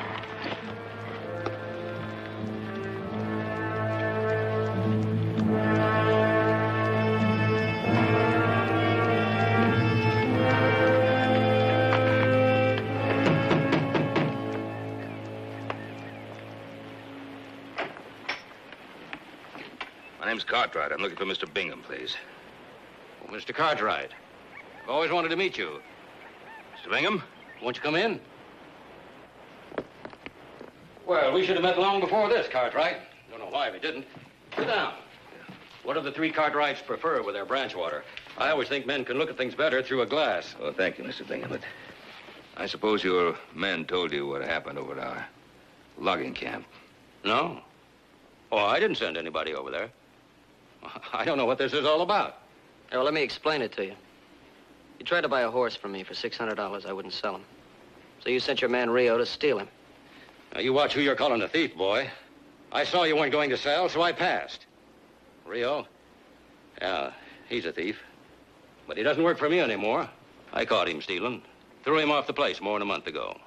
How come that he and two of his friends came over to try to get Jace Fredericks out of our bunkhouse? Jace? Oh, he's staying with you? Yes, he is. That loco nephew of mine. What did he tell you? That I don't treat him right? That I'm trying to steal this ranch from him? First thing he tells everybody. Did he mention that I took hold of this ranch when his pa was crippled? That I worked freeze and drought, flood and dust, and built it to where it is today? Yes, he said you ran it. Without his help. But he wouldn't mention that. That boy never did an honest lick of work from the day his pa was hurt. He run off every chance he got. And he's a thief, too. And I can prove it.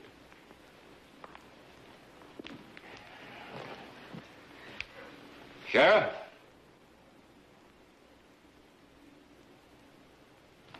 Yes, sir. Why'd I ask you to ride over, Sheriff? Well, to investigate a robbery. What did you find? Oh, it's a pretty bald-faced fact of Mr. Bingham's nephew. Jace Frederick stole $500 out of the ranch strongbox. Who told you it was Jace Fredericks stole the money? Well, let me ask you a question. How much did Jace give you to buy that black?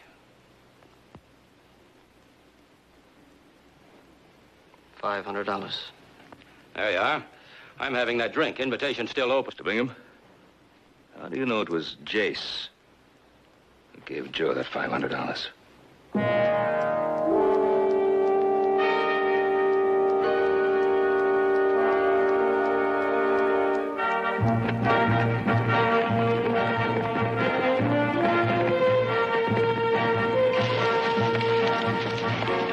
Caballato's not here. Yes, he is. Someplace. Come on.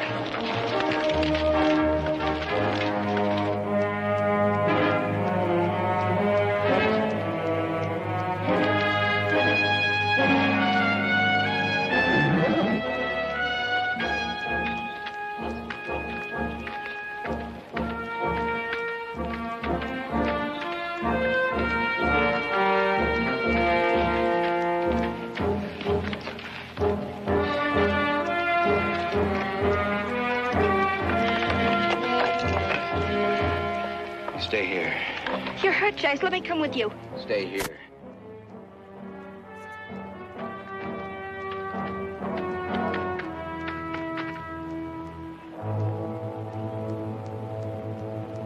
Caballero. Caballero. Caballero.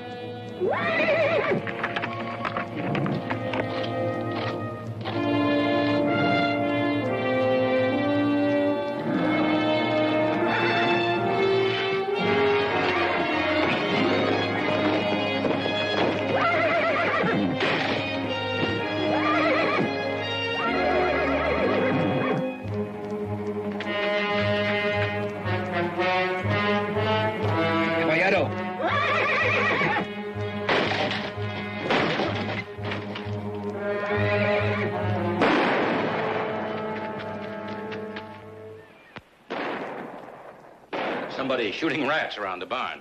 Now, as I was trying to explain...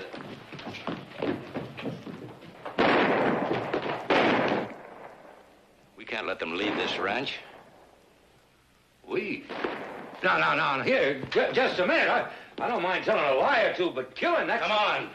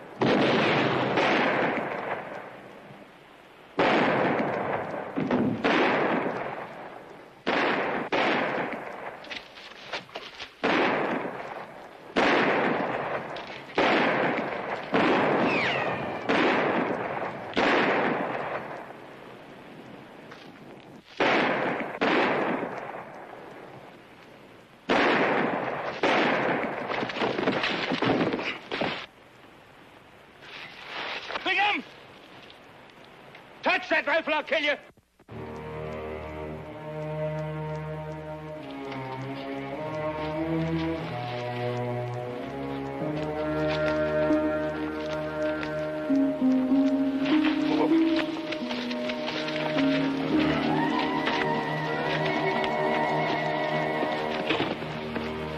I sure understand you a whole lot better now, Bingham.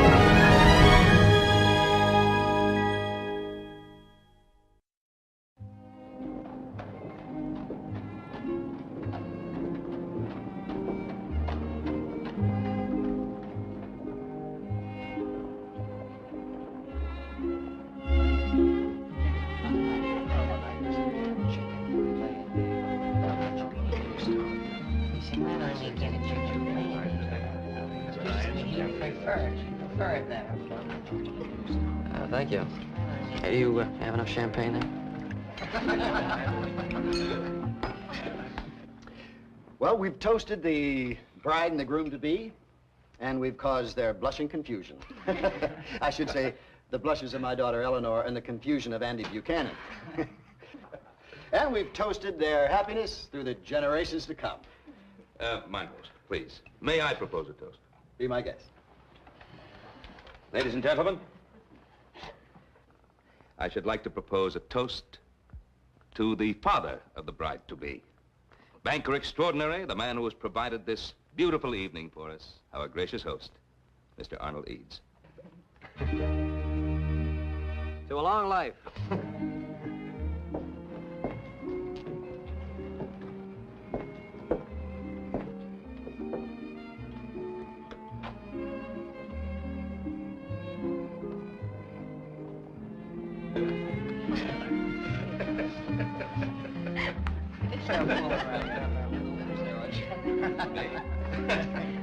Andy.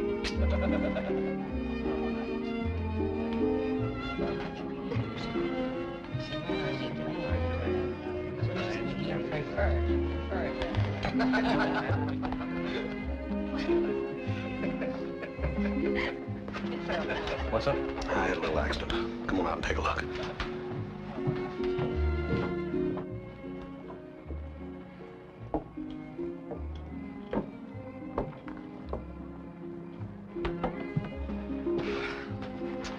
Oh, it's not a bad scratch, Hoss. I don't even think Mr. Eads will even notice. Mr. Eads? I thought this was an engagement present for Eleanor, not her father.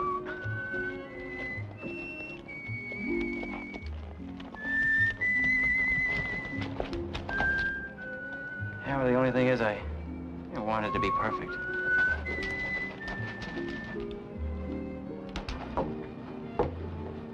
It's Frank Scott, isn't it? Frank?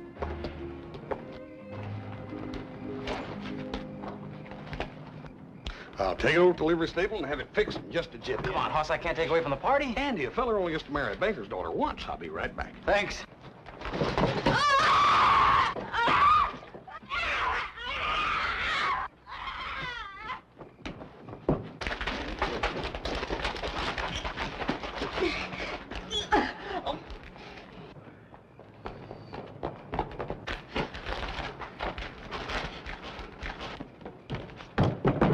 Who's there?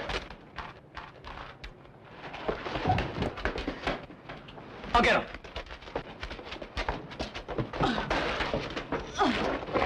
Yes. Don't try to kill her. You're gonna be all right. Help me. Oh, it's Frank Scott, wasn't it? You saw him, didn't you? Get a doc. Quick. Don't you worry now. Everything's gonna be all right. You hear? It's gonna be all right.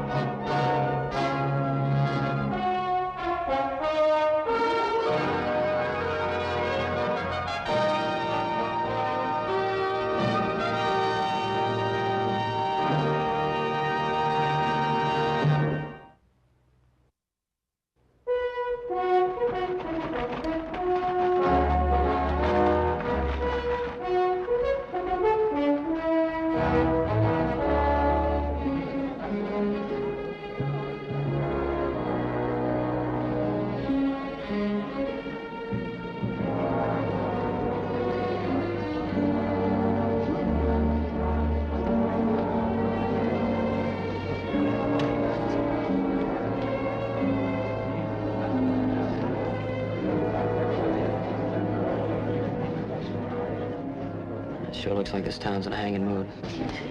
Sure does.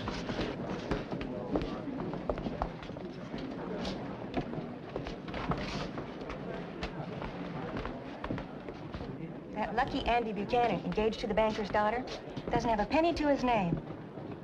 Oh, Andy, I wish you didn't have to testify. It's my duty. Of course it is, Eleanor.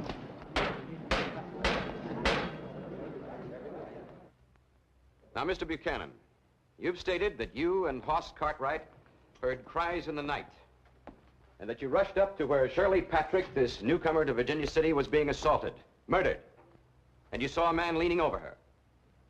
Do you see that man in this courtroom?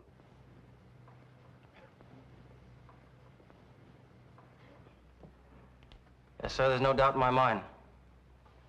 That man, Frank Scott, killed the girl. That ain't true. He's a liar. Easy, easy, easy.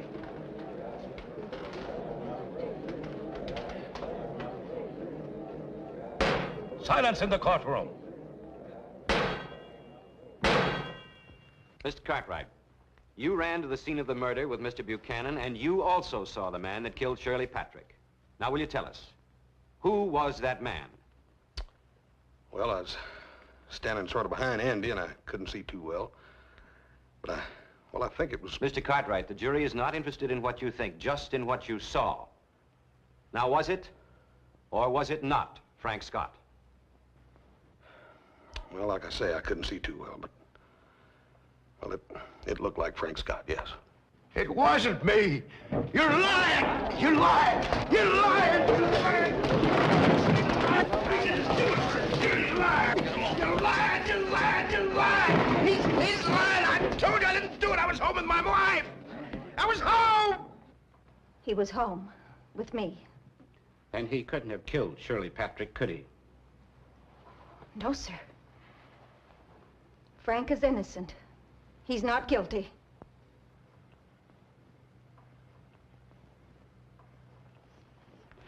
You're a witness, Mr. Monroe.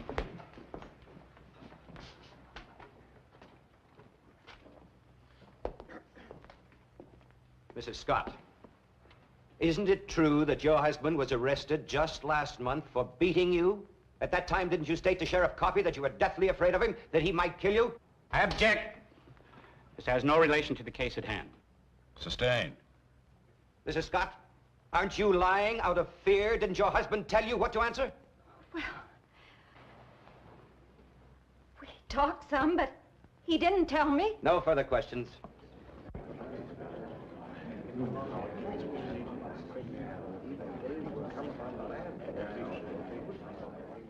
We find the defendant, Frank Scott, guilty of murder. And therefore it is the judgment of this court that you shall hang by the neck until you are dead. May God have mercy on your soul. I swear by the good book, I didn't do it. I done some mean things in my life, but I didn't kill no girl. The jury is dismissed and this court stands adjourned. Come along, Frank.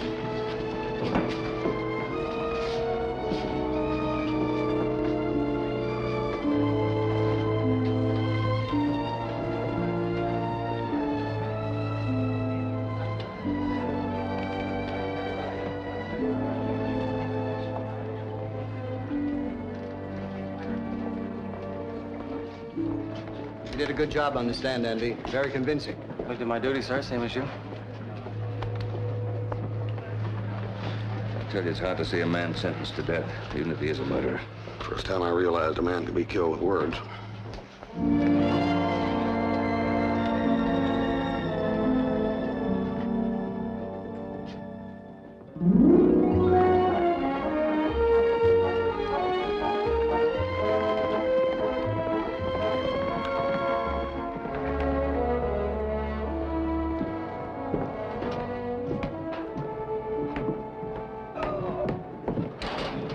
Hey. Now that we own 40 more of the finest acres on Lake Tahoe, I think we ought to celebrate, don't you? Yeah, I think after all the work I put in closing this deal, I think I kind of do deserve a celebration. Thank you, Pop. A beer? Yeah, beer.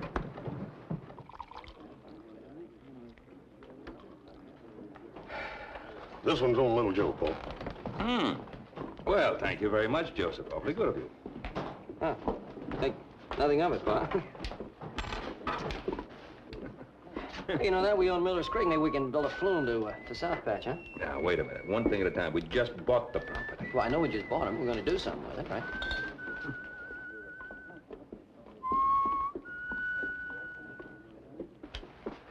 Two cars.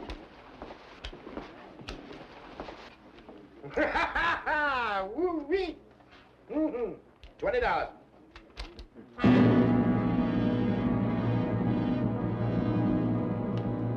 I don't care what you've been telling me. The man that killed that girl's already been hanged.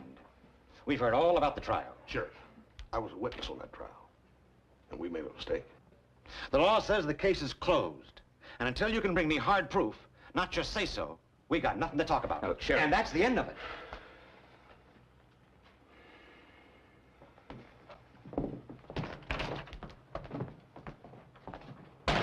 $40.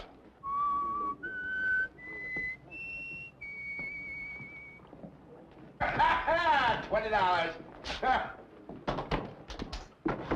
Two cards for me. Where's the sheriff? He said he wouldn't arrest anybody without more evidence than we've got. Thank you, gentlemen. That does it for me. Little lady, that's for you. I'm going to be by here the next couple of weeks, and you better be here.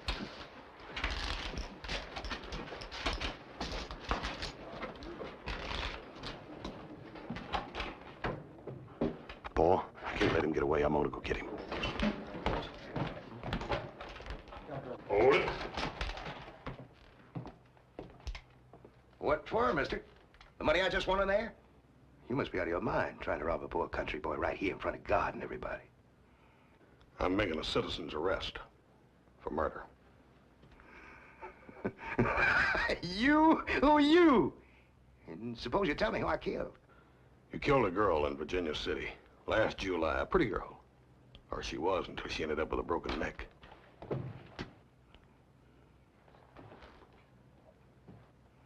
You out of your mind. You got no right, and you ain't gonna shoot.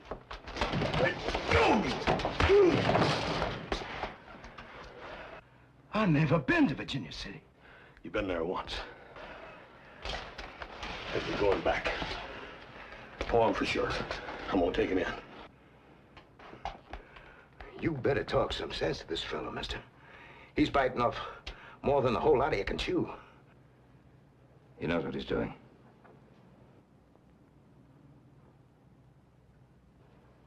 We'll bring the horses around back. Up. got yourself a rattlesnake by the neck, mister. And you ain't gonna be able to let go, not even a little, without you winding up dead. Outside.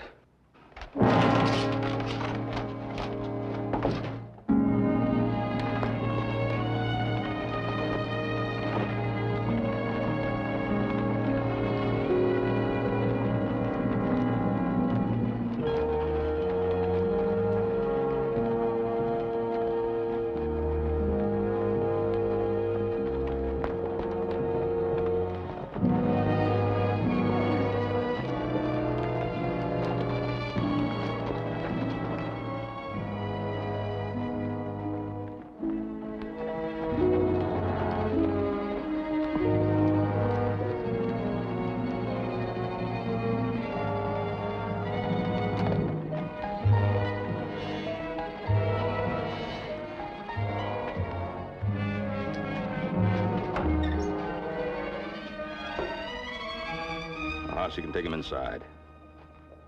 Joe, take the horses over to the livery stable. I'm going to see the prosecutor.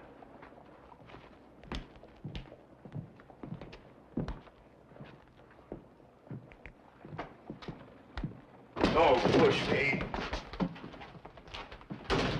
Sheriff, I'm sure glad to see you. Now, this fella here, he's robbed me of my rights as a law-abiding citizen. Hoss, if I wasn't seeing this with my own eyes, I wouldn't believe it. He's a spitting image of Frank Scott. I saw him in Carson City in a saloon. Made a citizen's arrest for killing Shirley Patrick.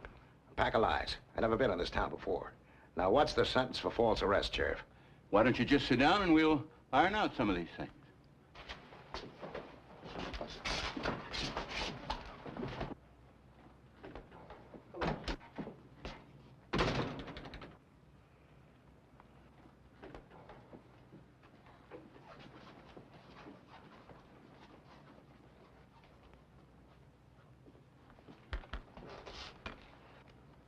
Never saw anything like that in my life.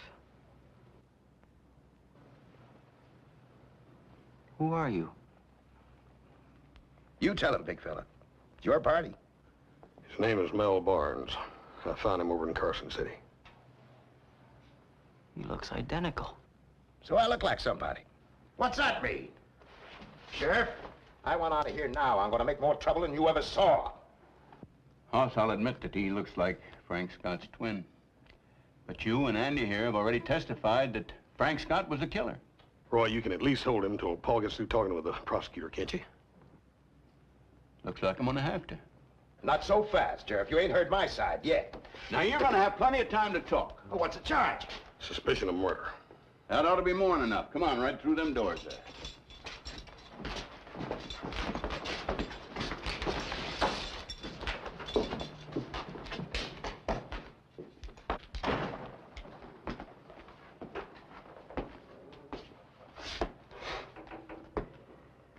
I was sure it was Frank Scott.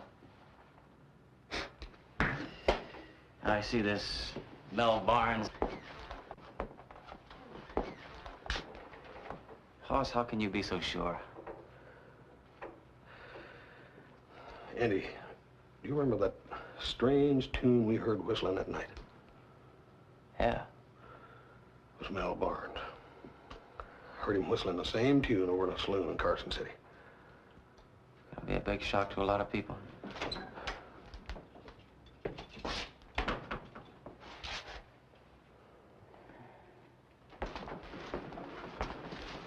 Now, you feel dead sure that Barnes was a killer and not Frank Scott, huh? Yeah. What happens now? Well, it's all spelled out in the law. There'll be an indictment and another trial. Roy, we made a terrible mistake. And we're ready to take whatever blame comes to us. It's just not that simple, Hoss. The judge, the jury, prosecutor, most everybody in town believed that the right man was tried, sentenced, and hanged. And they're not going to like having their noses rubbed in that mistake. Now, you thought that what you was doing is right. But this is one time I sure am glad that I'm not standing in your boots.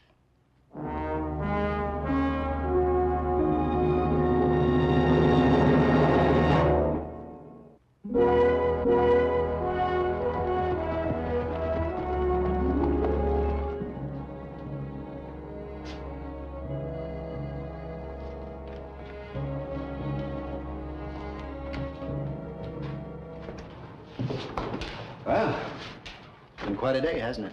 Rumors, excitement. You know, quite possibly a new trial.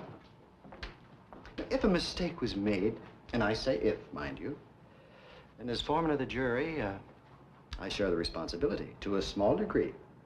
But I share it, Andrew. I made a mistake. Did you? Or are you just being influenced by all the excitement and the rumors? The reason I ask, as foreman of the jury, I heard and considered all the evidence. Now, if I had thought a wrong verdict had been reached, I wouldn't have been able to sleep a single night since that trial. But I've slept like a baby, Andrew, every night. Barnes could be Frank Scott's twin. I never saw anything like it. The odds against him being here in Virginia City at the very moment of the murder are they're so vast as to be incredible. On the other hand, we know Frank Scott to be a thoroughly detestable man, given to drunkenness and wife-beating, and he was here every day. I thought of that.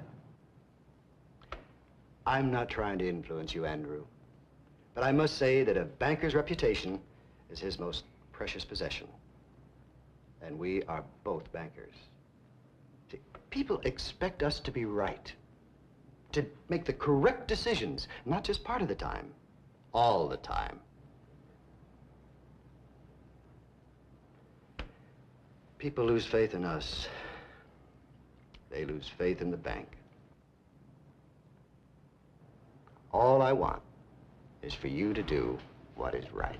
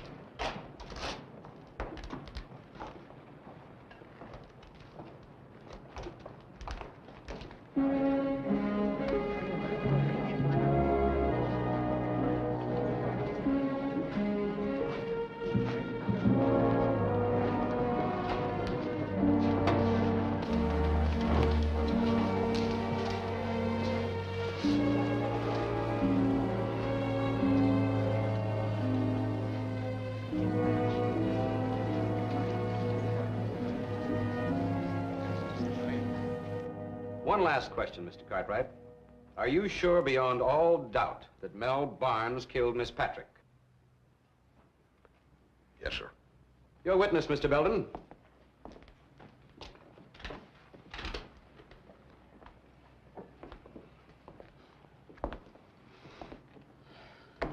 Mr. Cartwright, would you mind going through your fantastic tale once more for our amusement?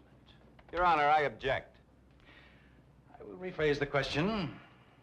Tell us your story, Mr. Cartwright. Well, I was in Carson City. In a saloon? Yes, sir. Drinking? One beer. I didn't ask your capacity, Mr. Cartwright.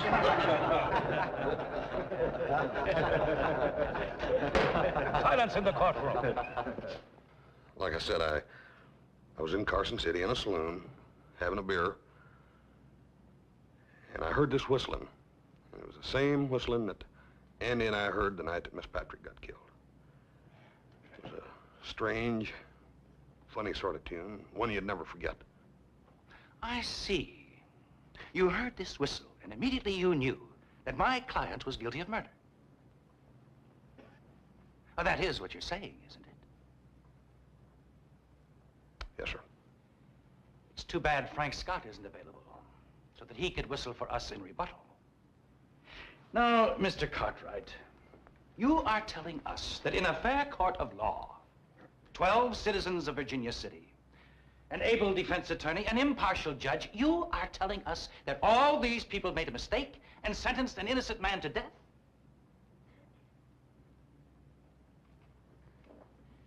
At that first trial, you were certain that Frank Scott was the murderer. At least you did not deny it.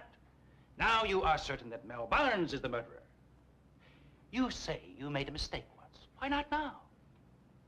Simply because my client looks a little like Frank Scott? Simply because Mel Barnes likes pretty girls and whistles? That's all, Mr. Cartwright.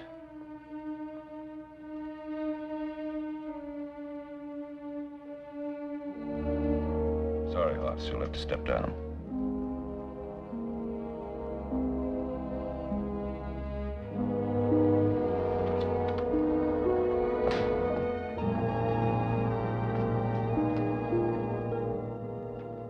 Defense calls Andrew Buchanan.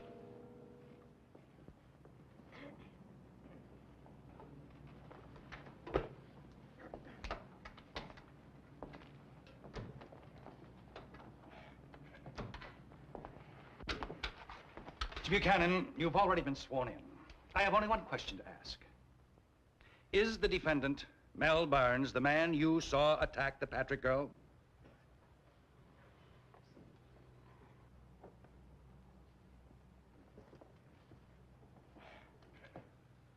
No, sir. Mel Barnes didn't do it.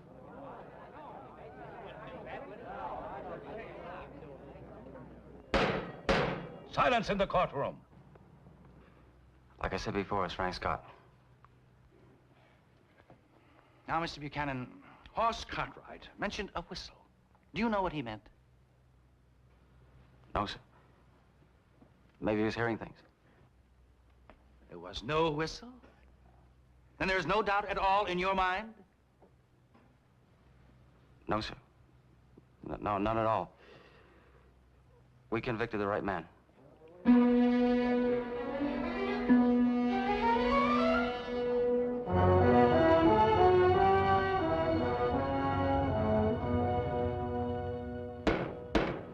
The court finds the defendant, Melvin Barnes, not guilty. You're hereby released from custody. This court stands adjourned. Woo-wee! Thank you, Judge. You've done a good job, fella.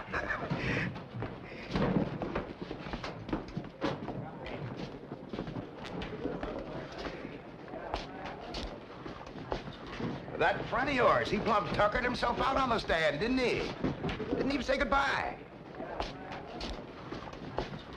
Now, you're gonna see how that rattlesnake I've been telling you about can bite.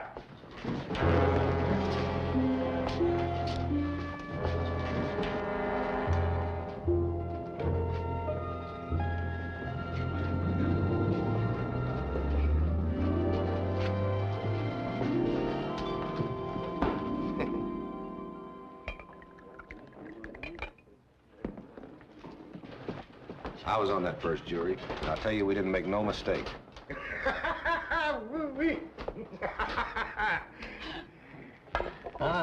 Compliments to a friend. Hey, what do you know? Some guy over there's buying. Hey, you're famous. Thank you kindly, friend. You gonna stay around a while, honey? Well, as long as there are free drinks to drink and pretty gals to hug, I'll be around. Now, you play your cards right. And I'll buy some diamond earrings to dangle off them pretty little ears of yours. Diamonds from a cowpoke? Oh, I'm going to have lots of money from Cartwright. You see, my lawyer tells me that my good name's been hurt, and my life's been put in jeopardy. That's worth a lot of money, honey.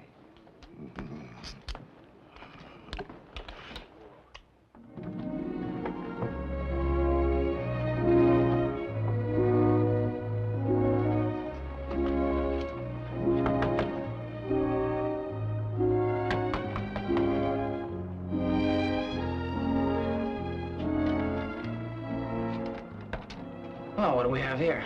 Oh, the future Mrs. Andrew Buchanan III, about to shop for her trousseau.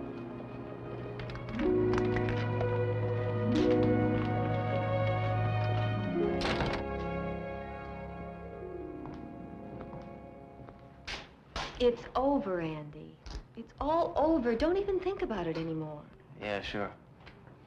Darling, you've done what you know is right. The trial is over. Well, after Saturday, we'll be a married couple on our honeymoon.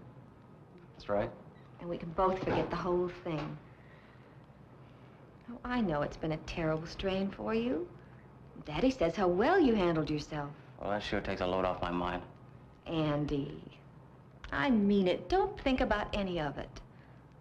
From now on, just think about us.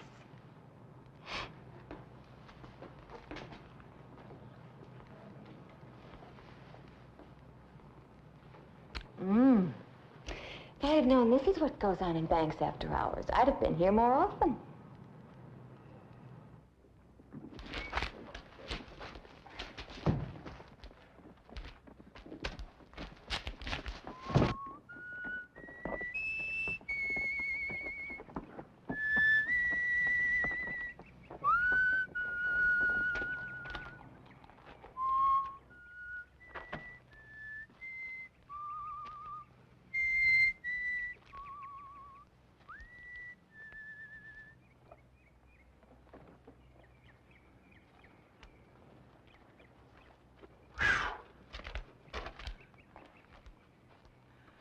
About as hot as it was in court. Heavy as you are, you must feel the heat worse than the rest of us. You're on the Ponderosa Barnes. You ain't welcome here. Is that neighborly? Here I am, coming in hot and dusty, longing for a cool drink of water. They got water in Carson City. Well, would I leave while I still got some unfinished business? Like I said, you ain't welcome here. Well, I figure I'm welcome, as long as you owe me $5,000. When I collect, I'll just skedaddle. I figure that's a reasonable amount. I hate greedy people, taking more than they deserve. Can't stomach it myself. You ain't making sense to me, Barnes. Well, I just want to leave Virginia City feeling like I've been justly treated. Now, how do you think that judge is going to feel when I bring you into court for putting me through all that misery? Do you know what he's going to do? Yeah. He's gonna throw you out of court just like I'm gonna... He's going to say if that Barnes fella had been found guilty, his poor neck had been stretched tighter than a bark on a tree. Cartwright, that there judge is going to give me money like I never heard of. $5,000's cheap. I said get out of here. I don't think you quite understand the lay of the land. You see, it don't matter a hill of beans whether I killed anyone. I mean, even if I did it, they can't put me on trial again. I'm asking a lot less than most people would say I deserve. But $5,000 is all I need to get to Colorado. Always wanted to see Colorado. They say the mountains are red over there. You believe that? And they got pretty girls in Colorado, so they tell.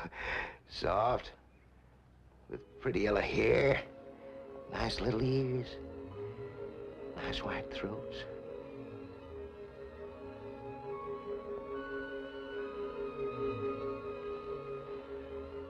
$5,000 shiny gold ones. Saturday night.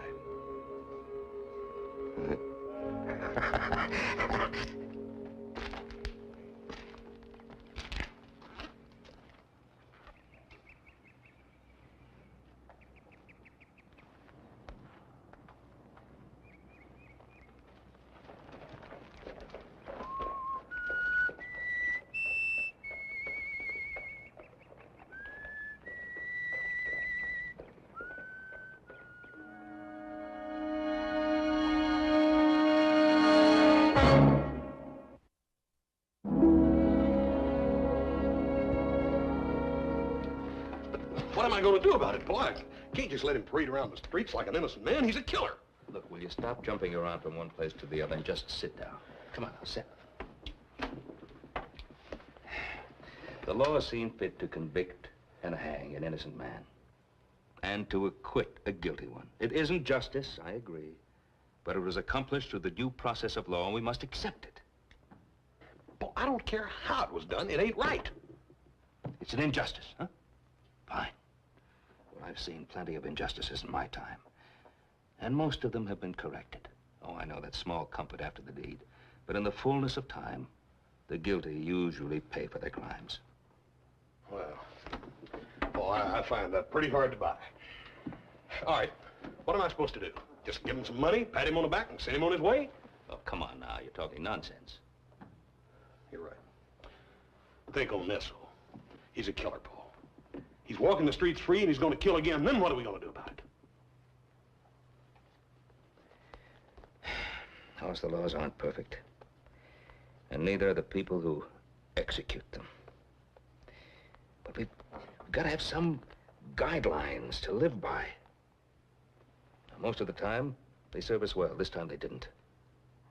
But we're still going to abide by the law, as all civilized human beings should.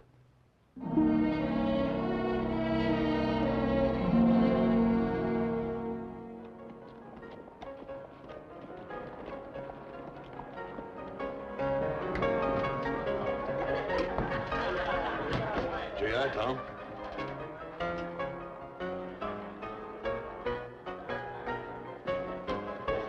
Give me a beer, Cosmo. Anybody seen Miss Mueller?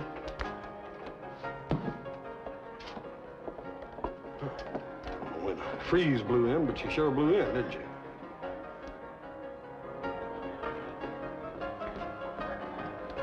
Gladys? Hoss, I hear you're looking for her. I hope I'm not bothering you, but could I talk to you, please? You sure could. The change would be welcome. If you don't mind, upstairs.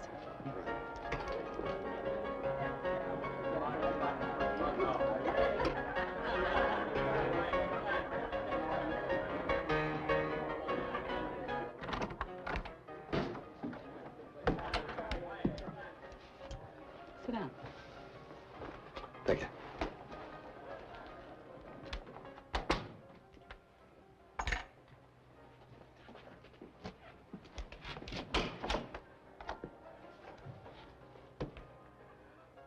I wanted to thank you for trying to help Shirley. Shirley Patrick? She knew you? Because I'm a saloon girl. You think she was Miss Morning Glory, all sweetness and light? Well, maybe she was in a way. She hadn't learned to be as tough as me. We worked in St. Louis together. Wrote her to join me. She arrived the week she was killed. That's why no one here knew who she was. I was at both trials.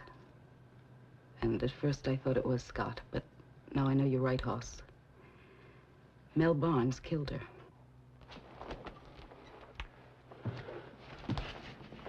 Gladys, you know, you're probably the only one in town that believes me.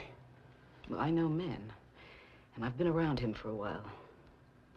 Mel Barnes, he doesn't like women. Deep down, maybe even hates them. He's strange. He's crawly strange. You want to see him put away? Well, so do I. How? I know how to handle him. I'll get him up here, get him drunk, and then get him to try to hurt me.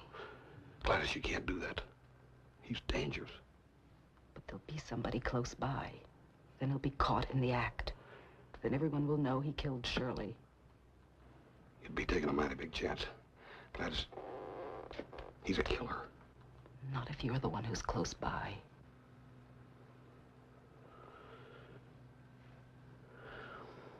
I'll be there. Oh, Nellie, it's so sweet of you to stay so late working on my wedding gown. Well, we have to have everything ready for Saturday, don't we? It's the happiest day of your life. Let me see the cap, dear. Oh, there's something the matter with that. Let me fix it. Oh, fine.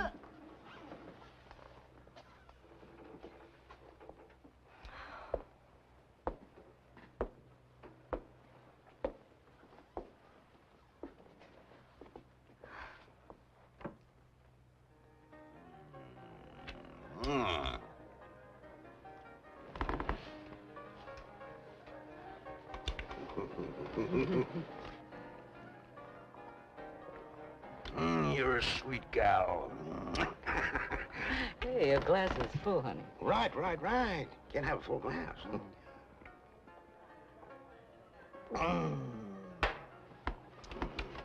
You got the prettiest little ears. Anyone ever tell you that before? One or two.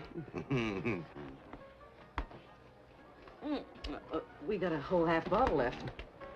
I'm gonna drink first. No.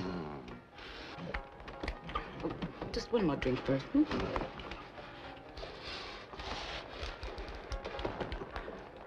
What's wrong with you? Nothing. I'm just a little jumpy. I'm fine.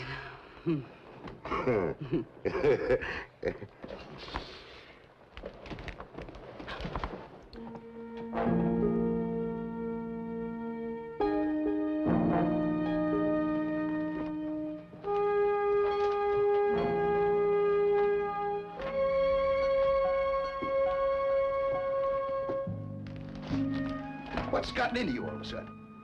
Nothing. Fine. Nothing's wrong.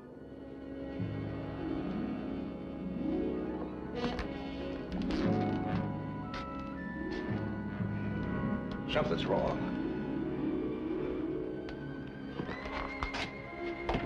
It ain't right.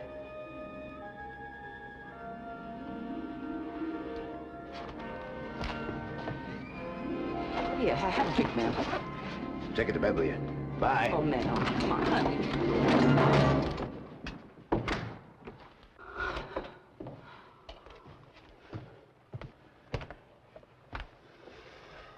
I'm tough.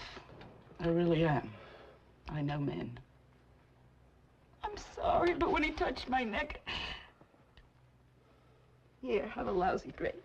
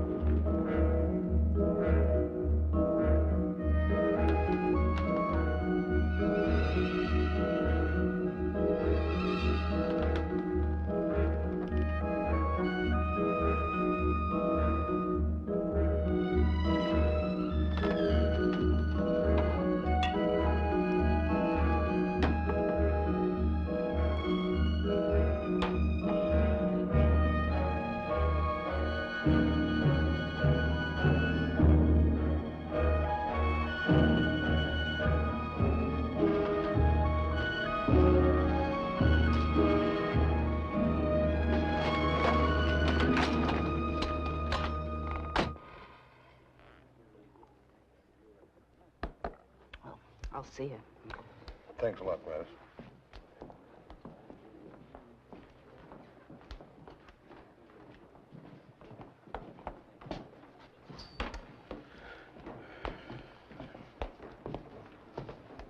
Waited dinner for you, huh? It's kind of late. You ready to go home? Yeah, I'm about ready to ride, Paul. I need to see a fellow first, though. Oh, well. Who are you going to see? Andy. I'll be right back. All right, we'll be right here waiting.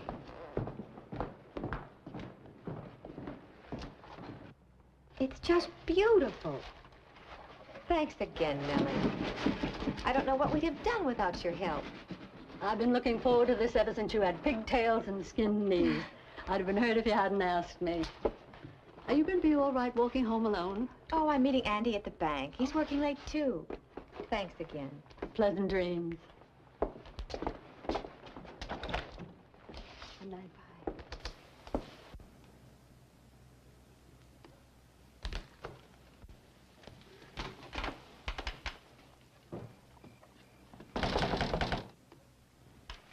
Eleanor?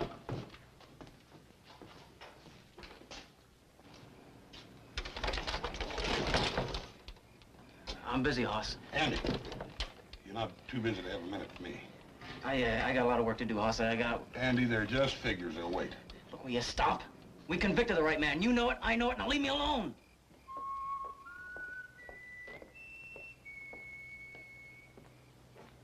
Yes?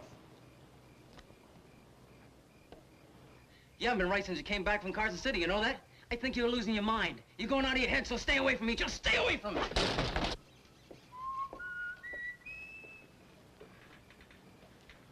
Yes? Who is it?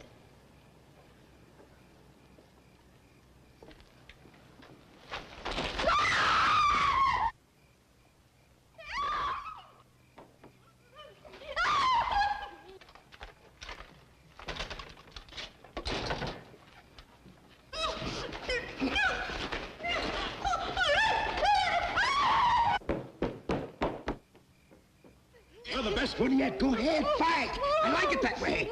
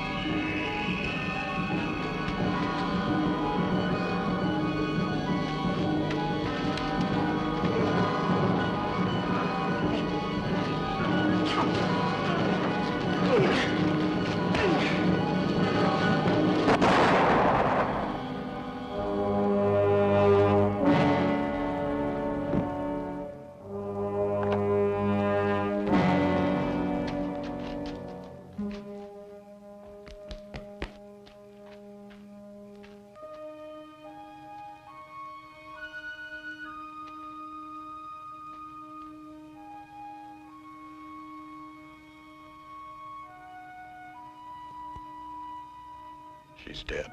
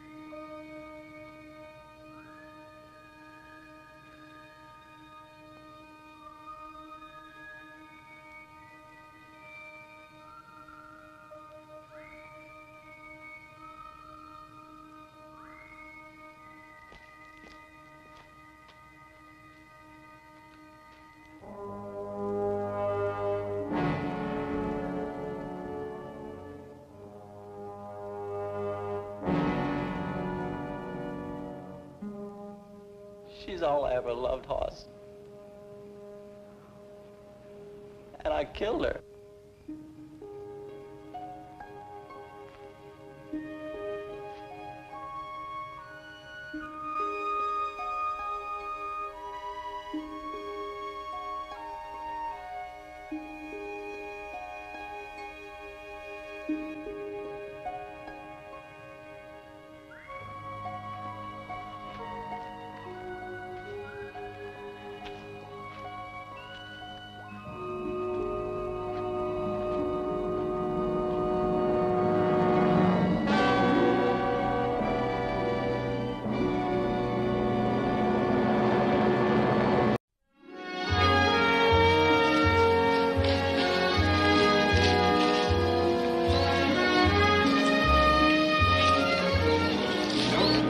I can't do it.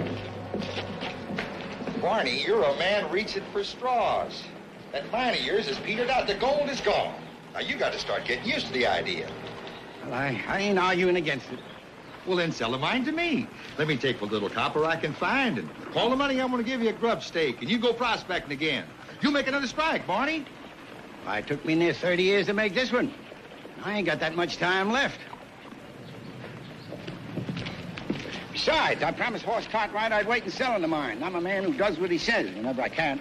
Barney, I don't see why you have to... I said I'd meet Horse in front of the freight office at 11 o'clock, and I'm going to do it. He's got something he wants to show me. Papa. That's what? Mr. Higgins. Papa, have you seen Hoss today yet? We're waiting for him now. Well, when you do see him, don't you forget to invite him to supper tonight. You hear? I'll do that. Fine girl, but there's sure a lot of her.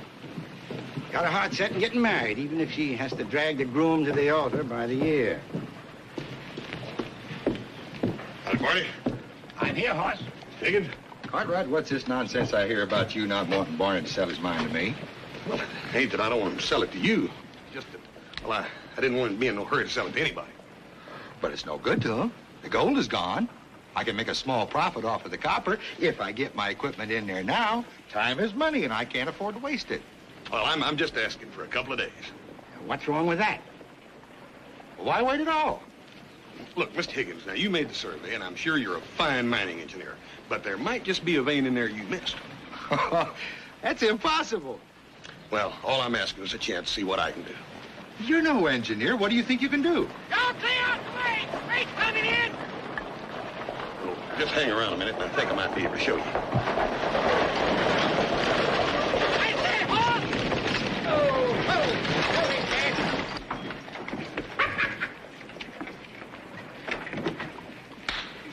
Which one of these mines? They're all yours. You had an order coming from the Lodestar Manufacturing Company, didn't you? Yeah, but I was just figuring on one little box, maybe. Well, they're all yours, and you're lucky they didn't get stole before they got here. Anything as valuable as this is quite a temptation. Lodestar Manufacturing Gold Detector. Gold detector? What is this? Just what it says it is. It's a gold detector. Barney, we're going to find that gold. Boys, you're now looking at the president of Hoss Cartwright Gold Detecting Company, Incorporated.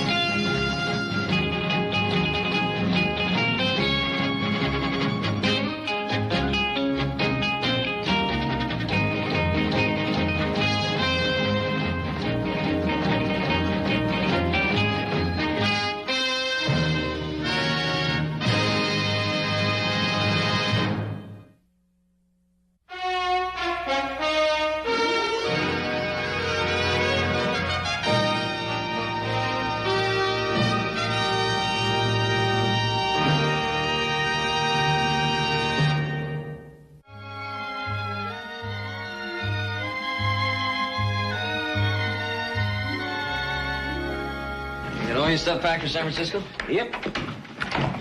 I'll get this one.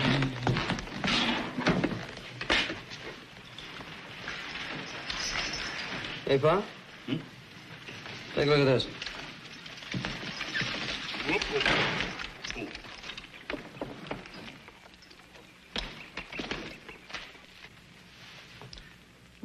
We're not expecting any freight in, are we? No. From the way he's acting, there's something there he doesn't want us to know about. I suppose we should respect a man's right to his privacy. Yeah, we should.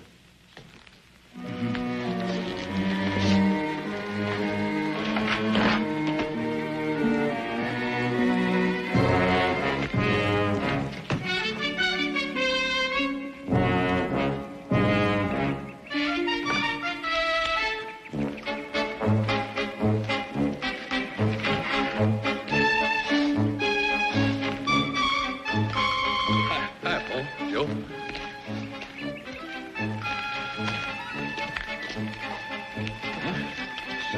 Sure is a nice time to be going to San Francisco. You ought to have a lot of good weather. Lodestar Manufacturing Gold Detector?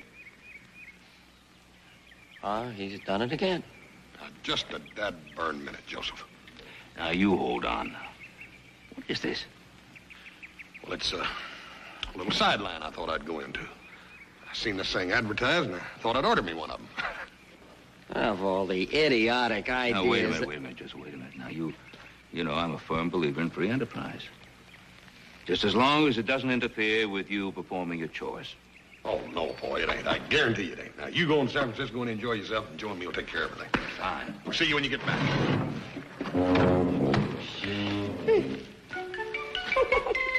He really picks the dandies, doesn't he?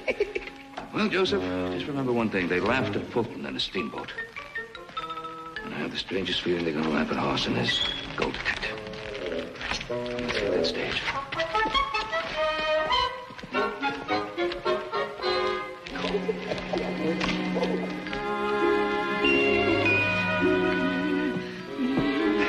Gold detector. You know it won't work. Well, it won't hurt to give Hoss a chance. I'll get it, Papa.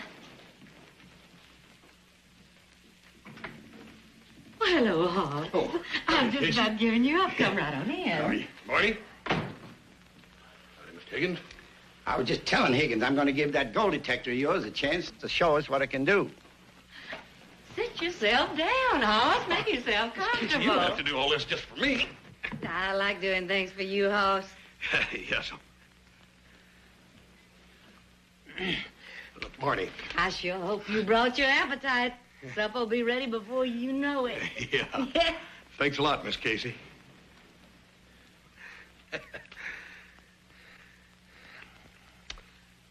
Barney, you ain't already sold out to Higgins here, have you? Well, no, I've been waiting for you like I promised. I'm getting tired of waiting.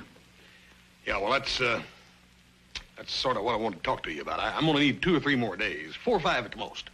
What's the delay? Well, you seen the boxes that my gold detector came in, right? See, I thought it'd come already put together just in one box, and as it turns out, I got to put it together, and there's a terrible amount of parts, and it's all kind of complicated. And Gold detector. Confounded nonsense. You know it won't work. Of course it'll work. It's guaranteed. All right, what's the principle behind it?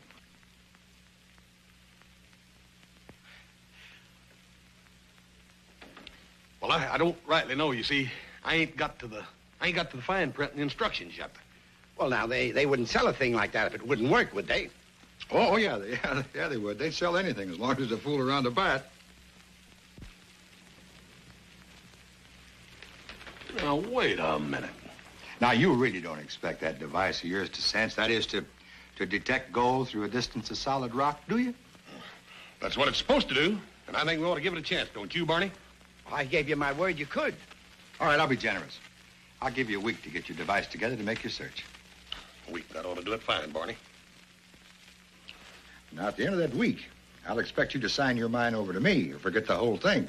All right, it's a deal. I'm going to hold you to that.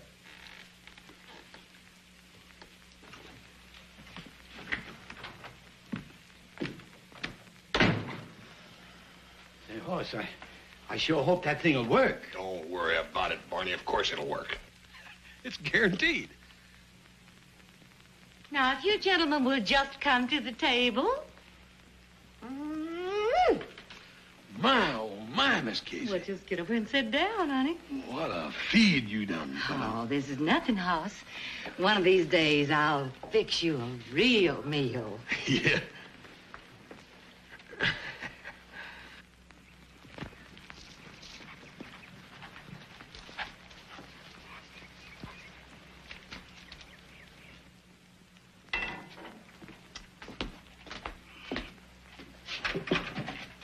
Ah, señor Higgins.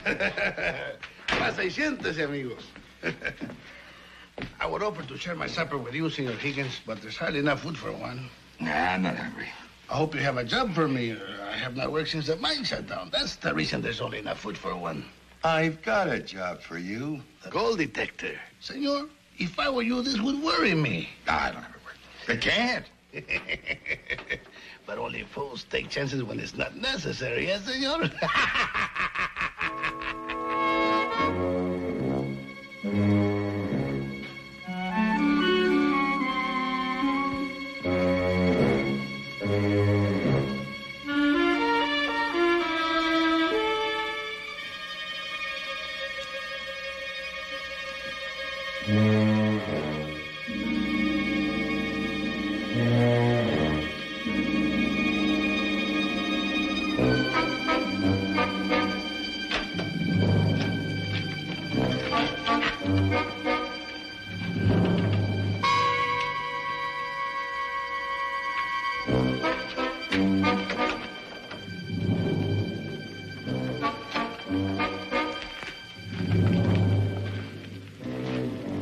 Ay, caramba.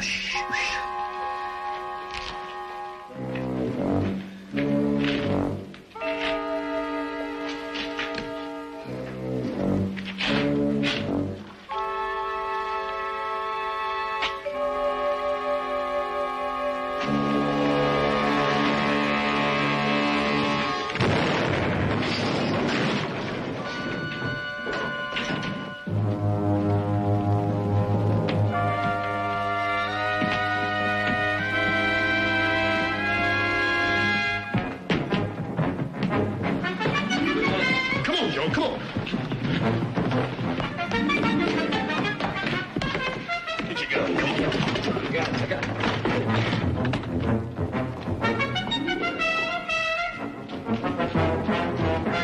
Come on. What is it?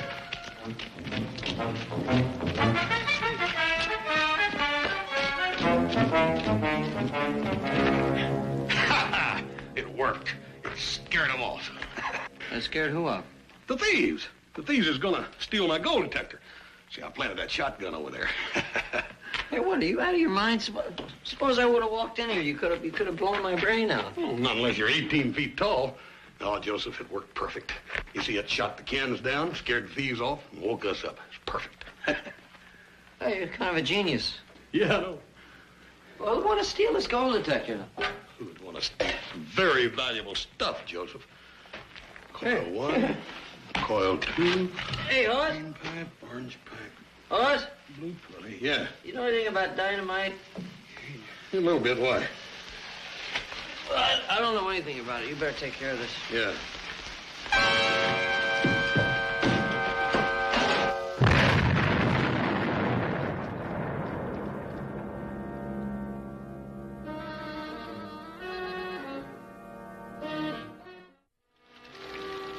A22.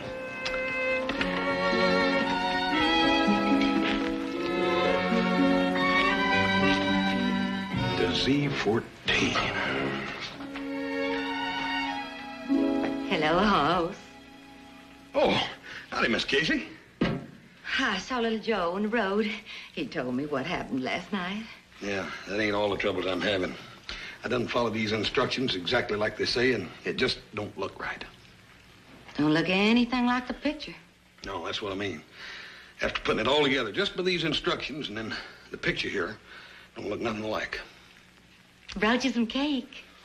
You come right over here and set yourself down. Rest your weary bones and look what I got for you. Sit down here. Just Reckon I have been working a little too hard. Looky. Hot dogs. Boy, that sure does look good. Yes, sir. Hey, it is good, too. I don't know why you do all this just for me. You think about it a little while, Hoss. Pretty soon it'll come to you. Well, what I meant to say was, Miss Casey, Oh, come in. Come right in.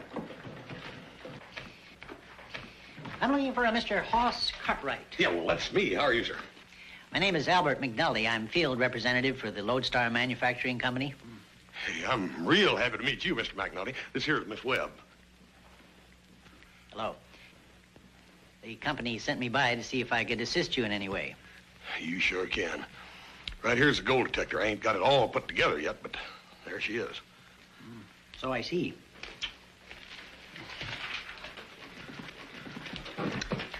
Would you mind? No, you go right ahead, please. Here's the instructions right there. Now, it seems that you've made a mistake at the beginning. So if you don't mind helping me, we'll just disassemble it and start over. Yes, sir. Anything you say.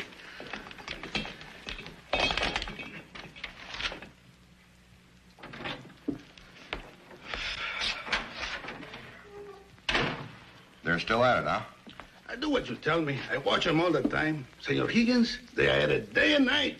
And then Mr. McNulty, he stays at the Ponderosa. I pick into the barn any time of the night, and he's working all the time. Well, if you'd have done your job, there wouldn't be a machine. This Cartwrights are very smart people. Is Hoss working on it, too? See? And the Senorita Webb, she brings food all the time, and she works. She holds things up, and she holds things down. It's a fake. Why, you can't build a machine to find gold? Esta cabeza de este hombre que no es posible. Senor Higgins, they are building it. But it won't work. I don't know much about these things, but I do know if it does work, our goose, she's cooked.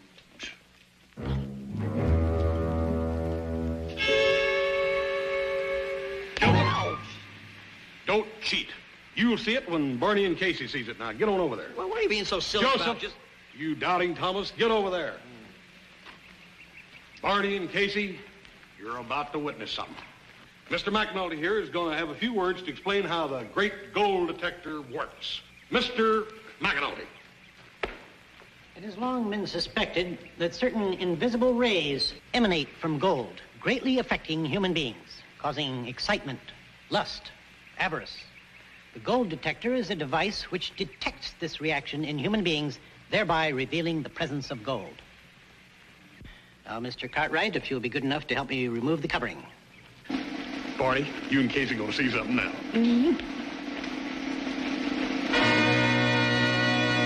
There it is. Ever seen anything like it? I ain't never. I ain't never neither. I ain't never neither either. You gotta be kidding. Ain't you something? We ain't kidding. Mr. Cartwright, if you'll be good enough to take these in your hands. Huh? Not me. Yeah, you. You've been the one that's snickering at us all the time. We figure if it'll work with you, it'll work with anybody. Take them. Thumbulator, on. Thumbulator, on. Transferizer, engaged. Transferizer, engaged. Motivator, functioning. Motivator, functioning.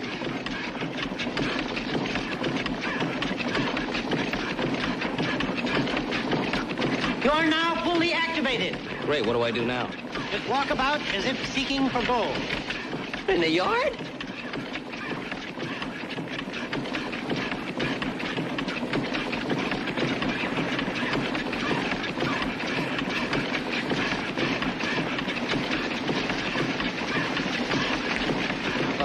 This is ridiculous. It's ridiculous. There isn't any gold around here.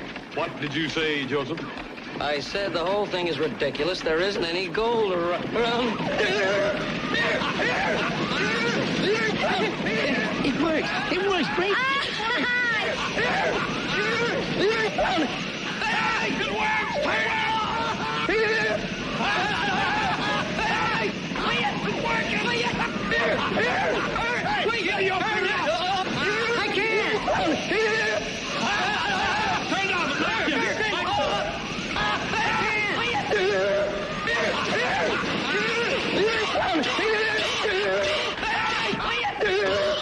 Huh?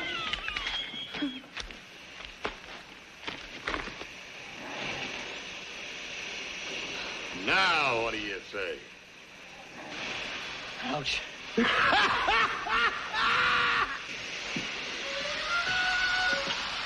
Well, it's either an overactive motivator or a fractured thumbulator. I'm afraid we've got a good deal of work ahead of us. Pass it to me now, please.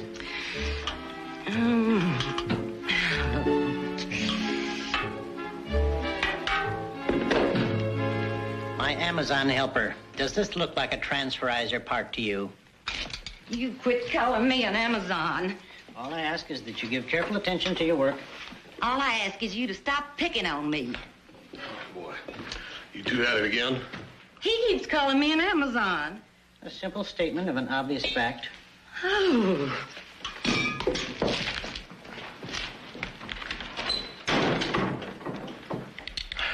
Well, I must say, Mr. McNulty, you got about as much diplomacy as a hot branding iron. Diplomacy is just a nicer word for deception, Hoss, and deception is not a part of the McNulty vocabulary.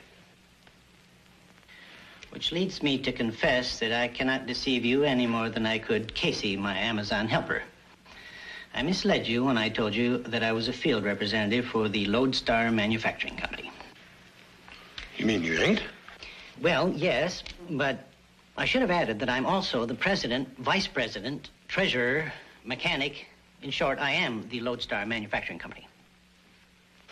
I'll be doggone. I ain't never met a whole company before. I built this gold detector in the woodshed in back of my landlady's boarding house. You mean you built this thing all by yourself? Why'd you sell it to me? Debts, lack of money. I was forced to place that ad in the paper. You must have gotten hundreds of answers. I was just the lucky one, huh? As a matter of fact, you were the only one. Seems nobody else could believe that there could be such a thing as a gold detector. Well, just shows you how stupid people can be. There it is, and it works. Yeah, it works.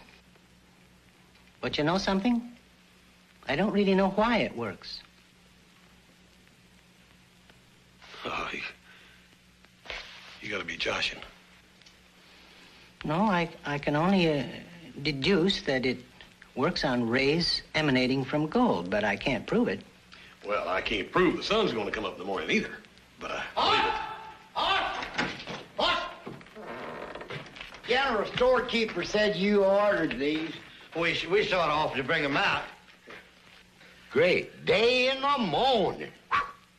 Do it. Do it work? Does it work? It works so well it blew its stack. That's how good it works. Oh, well, you better be careful, Hoss. Somebody don't steal it. I ain't gonna worry about that. See that shotgun I got planted over there? Well, those are the parts they need to fix it. Won't be more than an hour, Hoss, and I'll have this thing as good as new. You set them right down there. Fellas, thank you a bunch for bringing them out. Now, we gotta get to work and get this thing completed.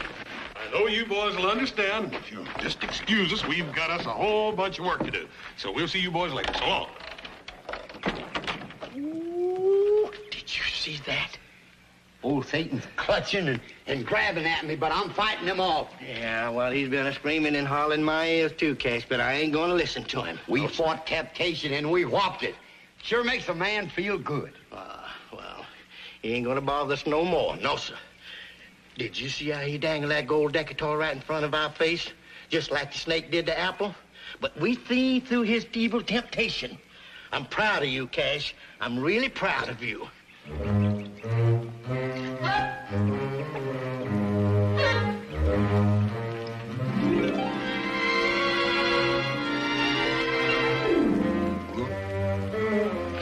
Quit making that noise. I ain't making any noise. You're making a noise. Oh, you sound just like a turkey hollering. Oh. Ah, come on, let's get to it. Wait a minute. I thought we was going to fight Satan. Now, they ain't everybody always perfect. Now, go on, get in there. Wait now. Watch the string. I'll get the gun.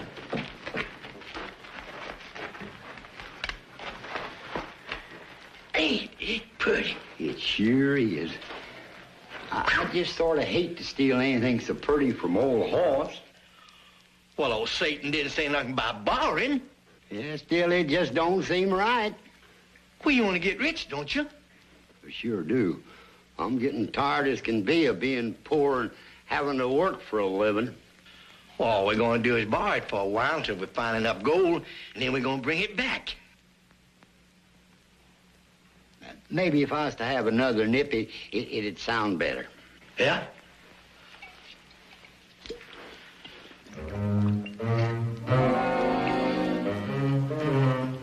Yeah, it sounds better now. Shh. Now let's get to work.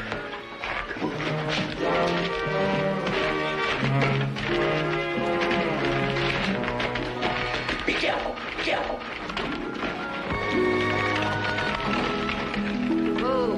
Boy, am I glad to see you. Hey, Miss Casey, you're a little early today, ain't you? I got bad news for you. Papa's gonna sell the mine. Well, he's flat broke. Higgins is offering him something that amounts to a real good grub steak. Higgins changed his mind about waiting for a week. I mean, he says Papa's got to make the deal today or forget the whole thing. Well, today's the day we're going to know we've got the gold detector in shape to go. Is that right? That's right. Albert's got it all working just beautifully. So why don't we get it on out to your Paul's mine right now, huh? Right.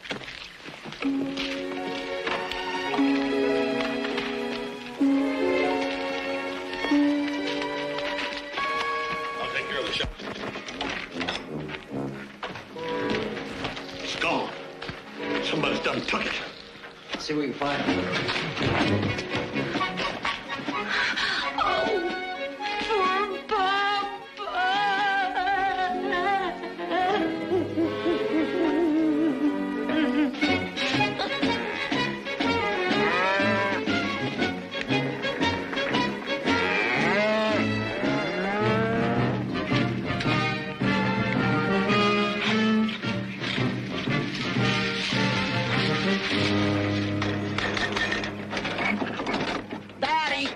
you do it. You gotta get the steam up first. Well, the fire ain't drawing. It ain't getting no coal oil. You get up there and take care of them wires up there, and I'll take care of my stuff back here and quit screaming and hollering at me. Dang it.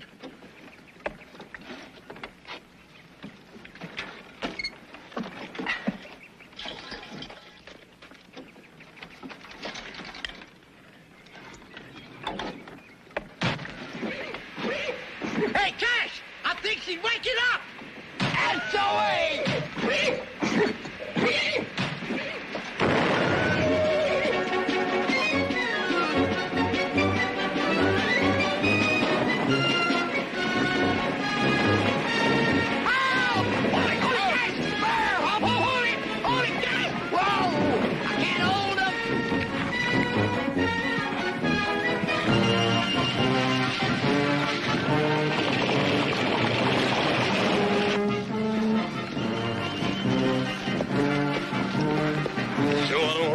Looking anymore or not. There ain't no telling where they are with it.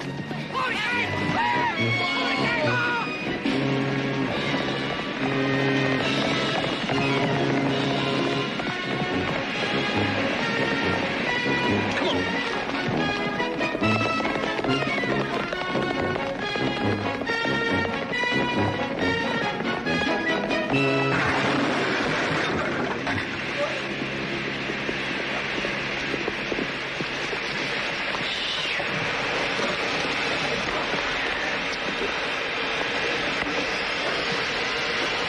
Simon and Cash, how could you do a thing like this to me? Steal from me. We fought temptation, Hoss. I declare for goodness we did. But old Satan ended up whipping us. We was going to bring it right back, Hoss, as soon as we struck it rich. That's right. How bad do you think it's wrecked? I don't know. Have to take it back to Mr. McNaughton and let him work it. Come on.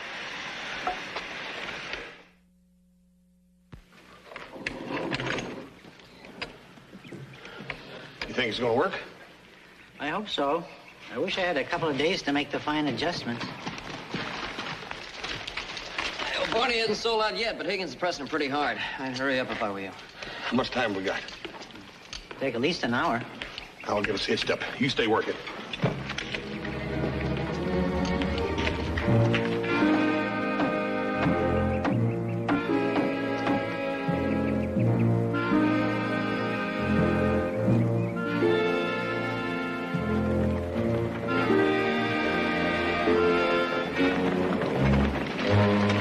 Here comes Cartwright and the gold machine. What's going on?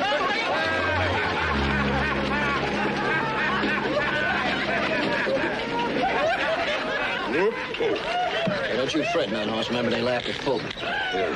Hey, Joe, unhitch this horse for me, will you? Will do. Albert, you get it all fired up and make all the adjustments. I'll go up here and see where the best place to look is.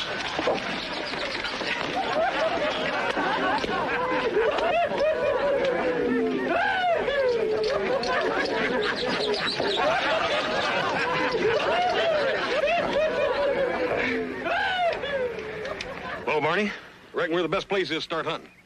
Well, now, we measured it out, and it's right between these two stakes. Dead end's over there, and leads to the main shaft right here, and she's 100 feet, straight down. And you're going to stand on top of the ground, and you're going to feel down around there 100 feet with that thing? That's right. I thought I heard everything. You go ahead and laugh, Mr. Higgins.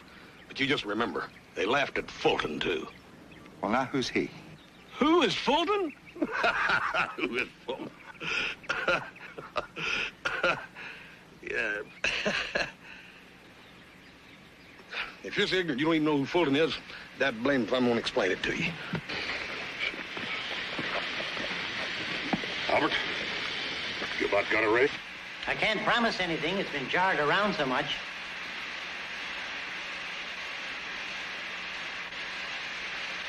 Well, let's give her a whirl anyhow, huh?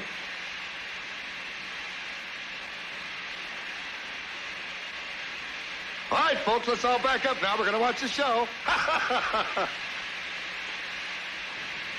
Barney, don't you worry about nothing. It's going to work, guaranteed. I'm so proud of you. All right, Albert, anytime. Thumbulator on. Thumbulator on. Transferizer engage. Transferizer engage. Motivator functioning. Boss, you're now fully activated.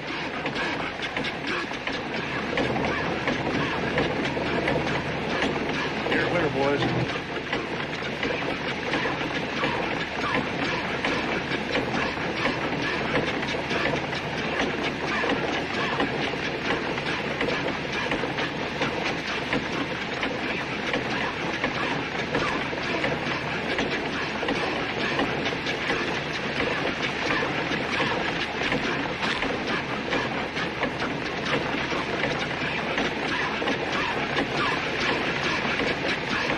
Well, how about it, Hoss? You starting to tickle?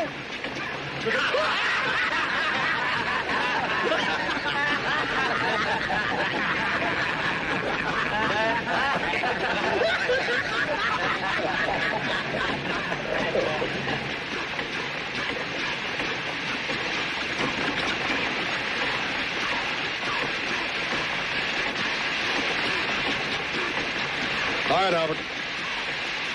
Turn it off. Right, Hoss. Well, you sure tried, Hoss. And I sure thank you for it, but I guess the machine just doesn't work, does it? Well, I don't reckon we know for sure, Barney. Maybe it's like Mr. Higgins says. Maybe there just ain't no gold here.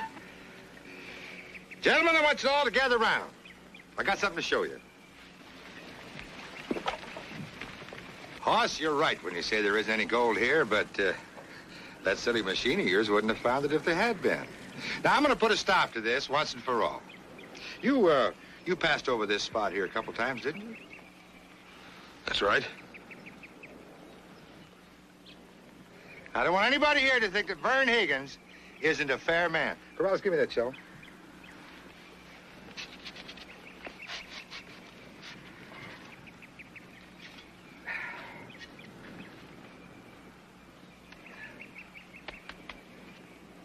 I buried this poke here this morning.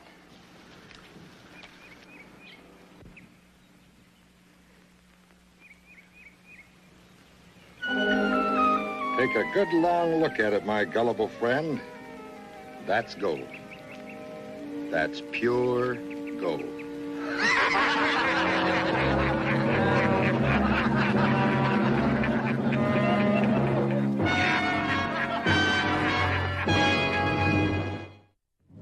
Boy, this is ridiculous. Barney, what's wrong with you? Do I have to beat you over the head with the truth or something? Did I ask you to take my word for it? Didn't I prove that fool contraption can't find gold? You didn't do no such a burn thing. All you proved was it is broke. Now, if it didn't detect the gold you put right there under it, it proves one thing to me, and that was it's out of whack, and that's all. Oh. Will you talk to your brother? I think he's got a point. Oh, you won't give up even when you know you're licked. Why? Because it's the only hope I got left. When a man's down to his last hope, he can't afford to be choosy. Well, I'm down to my last bit of patience. Delay is money. Look, Mr. Higgins, all we're asking is just one more chance to try our gold detector, that's all. But you said yourself the boob thing was on the fritz. Yeah, but Dad, burn it, it can be fixed. Yeah, so there's still a chance. And the least you can do is give us one more week like you promised. That's right. I've given you more than enough time already. And if that mine isn't signed over to me by noon tomorrow, the whole deal is off. And that's that.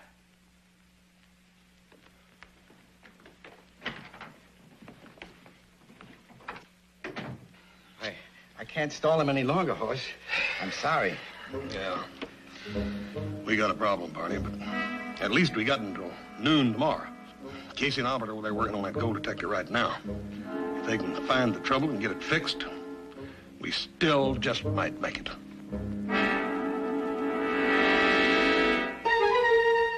You'll go to jail for this. You bet you will. But why? What a lie. What have I done to go to jail for? You're holding me against my will. Senor, you are my guest.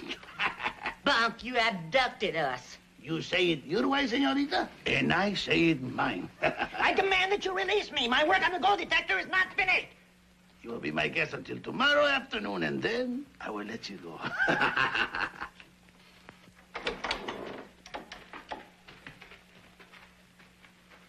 Albert?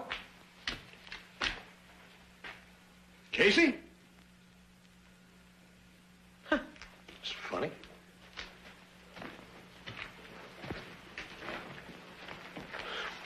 Rick, where they could have got off to? I don't know. Albert was pretty broken up about this thing not working this afternoon. Maybe he just quit on it. No, not a chance. He maybe don't look like much, but that McNulty's quite a man. Well, if he's not the kind of quit, then maybe somebody grabbed him. Hey, yeah. Come on, let's go find him. Yeah, now hold on. Let's think for a minute. You got till noon tomorrow afternoon to get that gold detecting machine working. Not gonna be able to track anybody in the dark. Is there any chance you think you can get this thing going? I don't know, little brother. I got the doggone sure give it a try. Well, look, I'll help you work on it tonight, and then I'll see if I can find Albert and Casey in the morning. What? Sounds all right, but... No buts about it. That's the only chance we got. All right, let's get with it.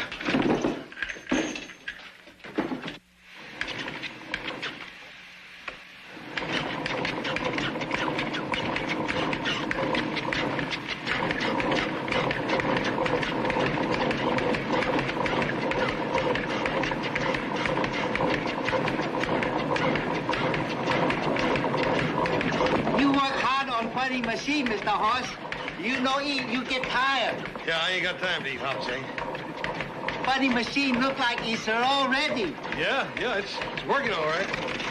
The only thing is, I got 2 parts left over. 4-stage stabulator and this tri-thermostatic Habiscator. You seen little Joe yet? Oh, no, he no come back yet. Dad, burn it. Well, I'm gonna get it done. It looks like I'm gonna have to do it by myself. Give me a hand, will you?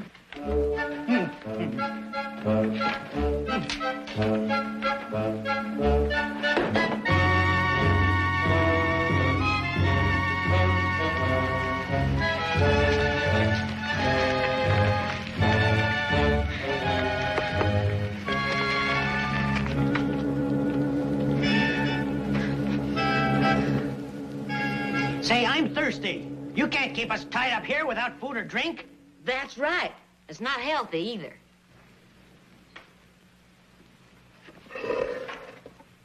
No, I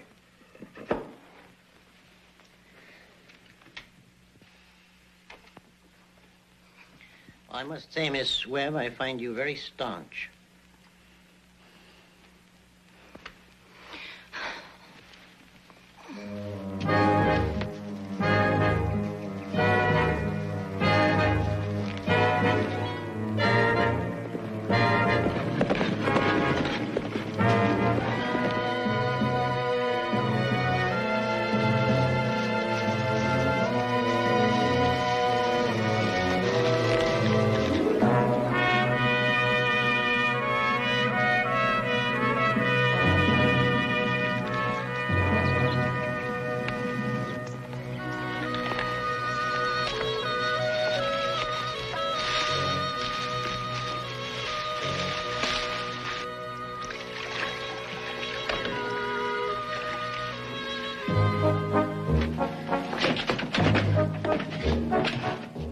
Hurry. Go ahead and tire, senor. You saved me the trouble. You can have the water you want.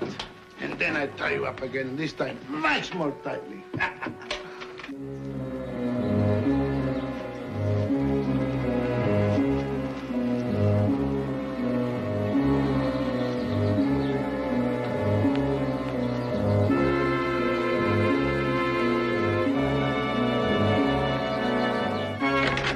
Easy, friend. Drop it.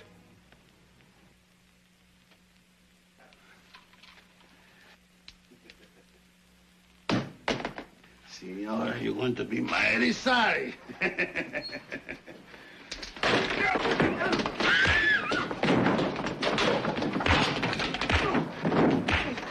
out of here!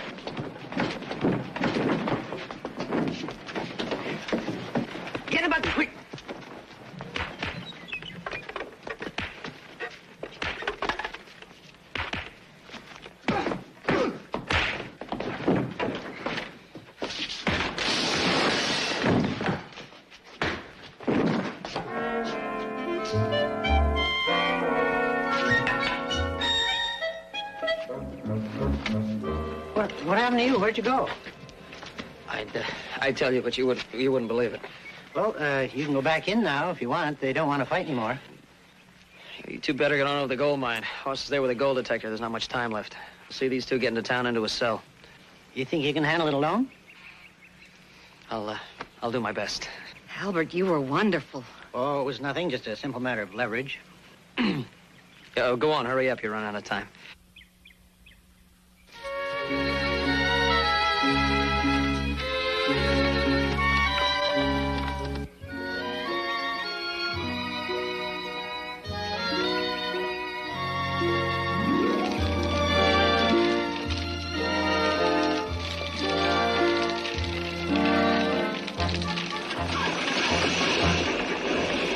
I hear Casey McNulty is gone. How come? Don't worry, Barney. Little Joe's out after him. He'll find him. Without your inventor being here, we might as well call this nonsense off. No. We got at least half an hour before noon, yeah. Do you think you'll do any good without McNulty? Well, I know we got to try. Come on, Barney. Here. You take these things, just walk around with them. I'll run the levers and the gauges. Go on.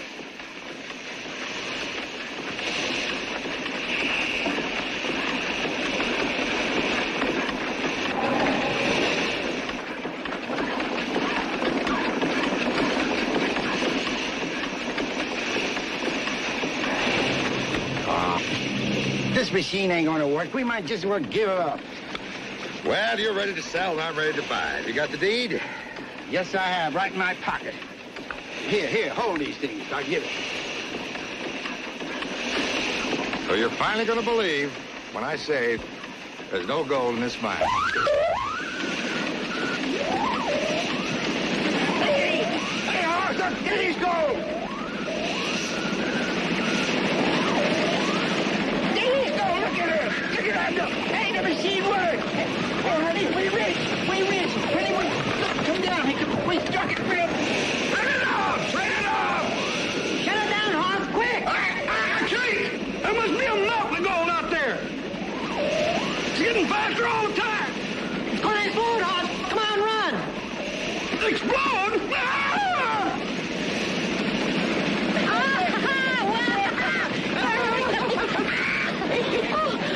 Turn it off!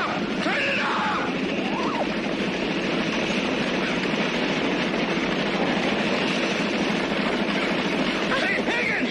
Don't go at Higgins! It's gonna blow up! Make a liar out of me, will you, huh? Try to steal the gold I found? I'll beat every bolt off of you! I'll break you in a million pieces!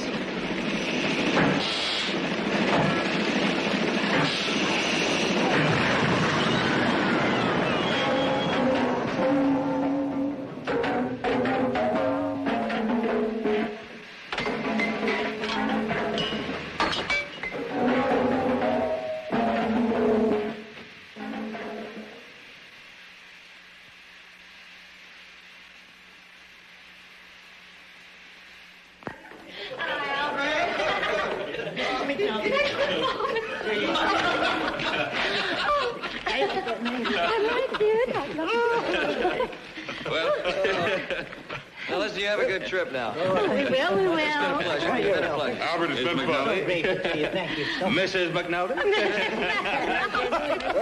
Run away now. So long, Albert.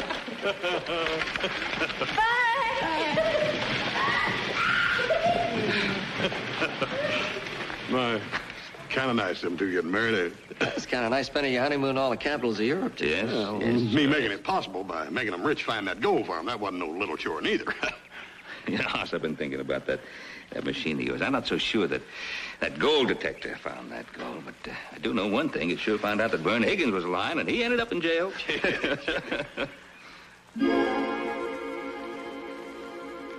Hey, are you thinking what I'm thinking? I mean, you think it's possible to invent a machine? Gold detector, lie detector. Joseph, I got a bunch of spare parts left. You think we got enough here to make a machine? It'll make us famous. It'll make us more famous than that. What's his name? Fulton. Fulton. Make us rich. Come on. Boys.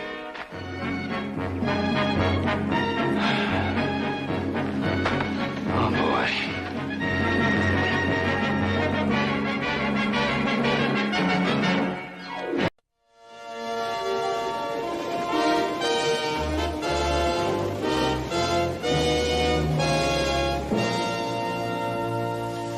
Wonder where they're at. I'm getting hungry. I don't know. They're usually here by now. Here comes old Tom. Sean? Hi, Mr. Evans. Hi to you, Sean. Think you can fetch a mug of coffee to me at the bank? Sure thing. Tom, ain't you just a little bit late? Morning, Sheriff. Henry? Howdy. One thing I don't understand about money, Mr. Evans. Now, what's that, Henry? Why are new bills always so heavy? Henry, old or new, 121,000 is a full sock.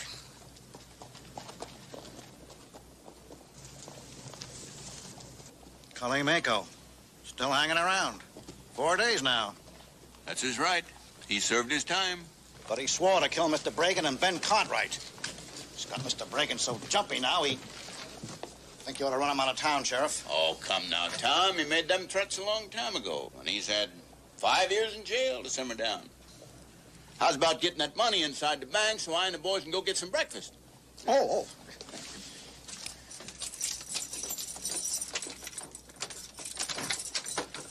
Thank you for your trouble, Sheriff. Don't mention it. All right, boys, let's go over and get them victuals before they get cold.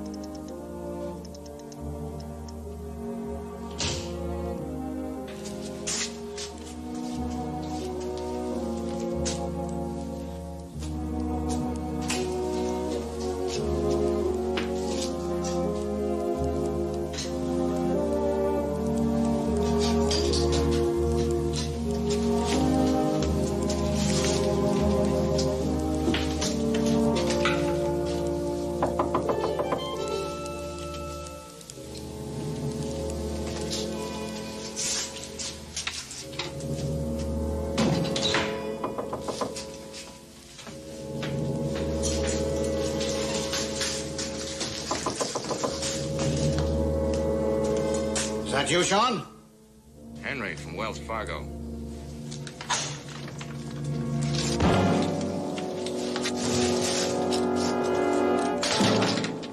Get up.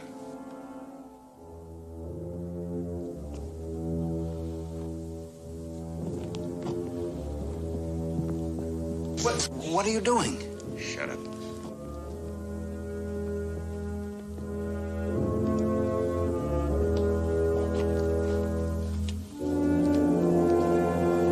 Open the vault.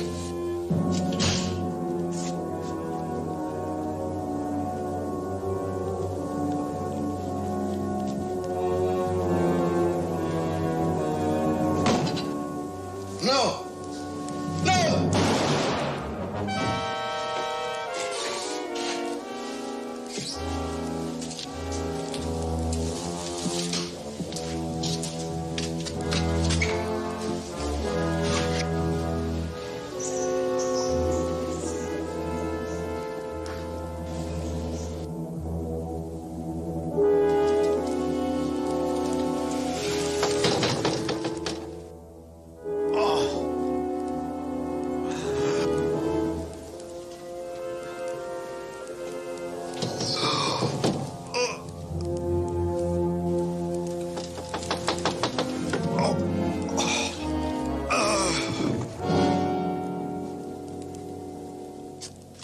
Mr. Evans?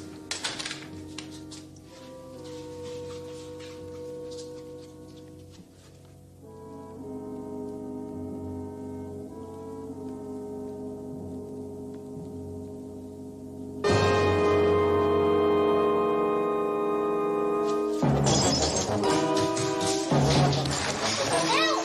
Help, somebody! Help! Help! Inside! Help! Help! Sean, easy, Help! easy, son. What's the matter? Mr. Evans is dead!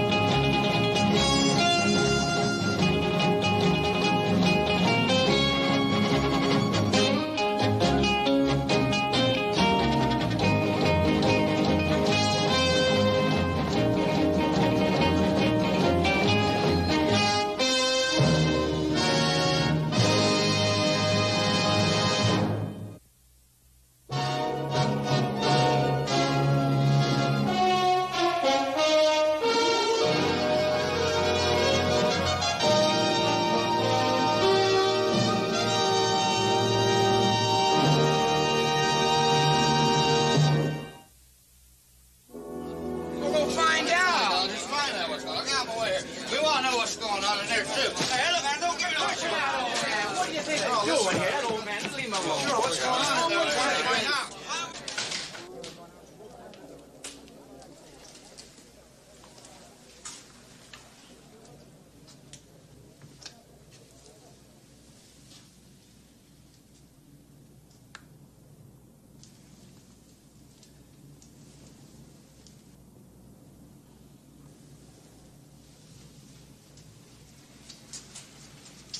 Believe it. Where were you when this happened? I was over at the hotel having my breakfast. But I was here when the Wells Fargo shipment arrived, and I stayed with Tom until he got it.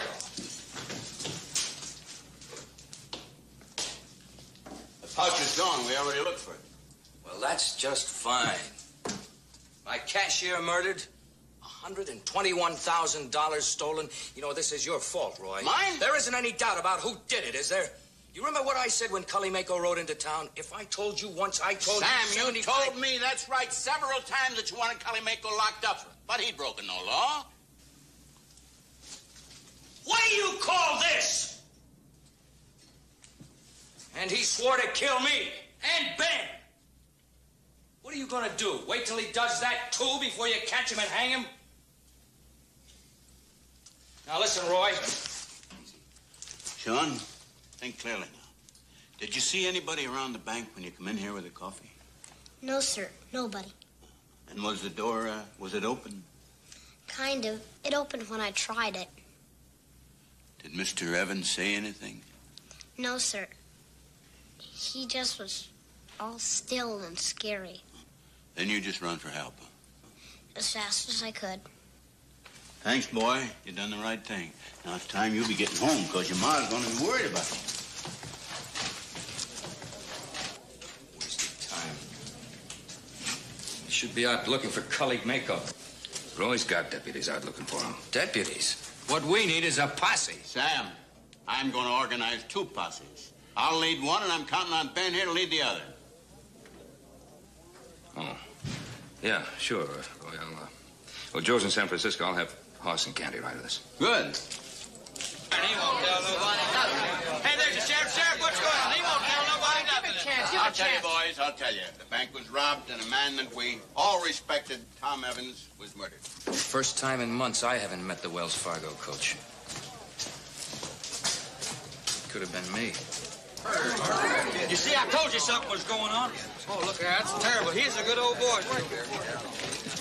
Hey, Sheriff. Sheriff, who done it?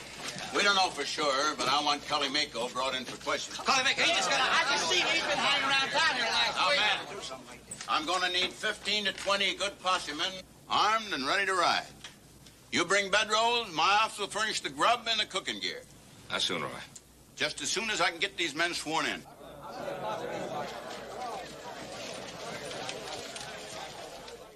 And you do solemnly swear, as authorized possemen, to uphold the laws of the state of Nevada and Story County? Yeah, you bet we do. Pick up your cartridges, men. Now we're going to split up. I'll ride south to stop Mako in case he's headed for the state line. And Ben Cartwright here will lead the rest of you men in a sweep over towards Sierra Pass. Any questions? No. Now, let's get going. Get your rifles, men. Got here just in time, boys. You boys raise your right hands, I'll swear you in. You do solemnly swear, as authorized possemen, to uphold the laws of the state of Nevada and Story County? I do. Let's ride.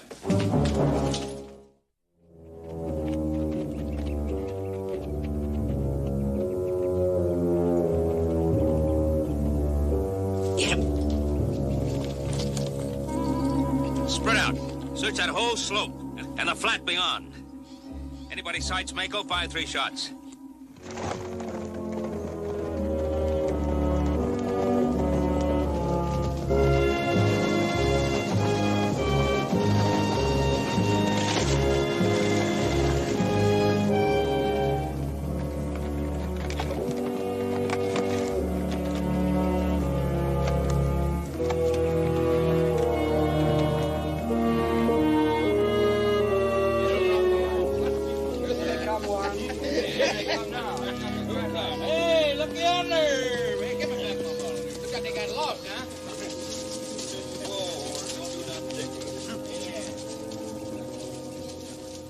Nothing?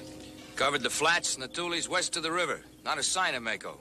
Mr. Cartwright won't wet your whistle a bit to warm you up. Sam, these horses look spent. We better backtrack about half a mile. Camp by spring there.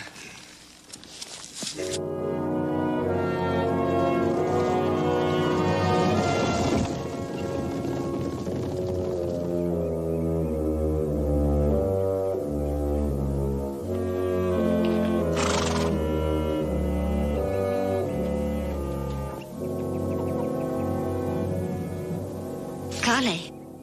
Now, that ain't what I'd call a real glad welcome.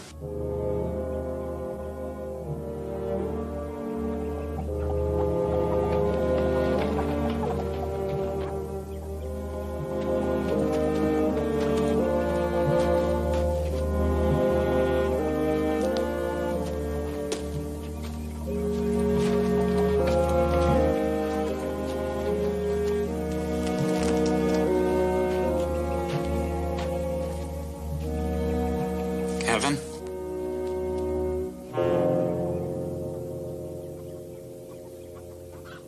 Ain't you gonna ask me in?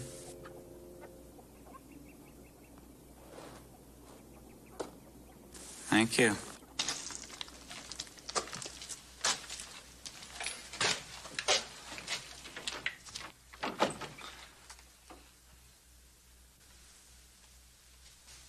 Your wife don't seem none too happy to see me.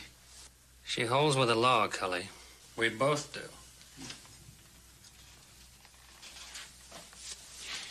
Even against your own brother?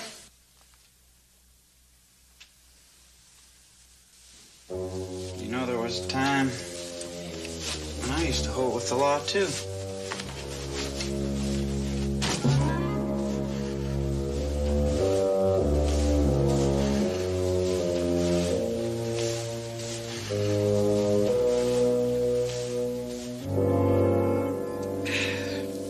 Well, who wants to take care of the horses?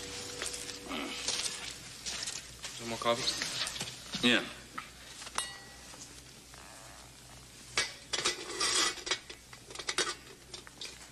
Mr. Cartwright, do you really think Curly Mako intends to kill you? I don't know. He said so. Why is he after you? Goes back a ways. Long before you came around. Cully stood trial for a bank robbery. Sam Bragan identified him as a robber. I was the foreman of the jury that convicted him. How much time did he get? 5 years. It's a big chunk out of any man's life. Who is Cully? Does he come from around here? Oh, somewhere up north a bit. He's a trapper. Well, I guess a trapper can hold up a bank as soon as anybody else. Yeah, I guess so.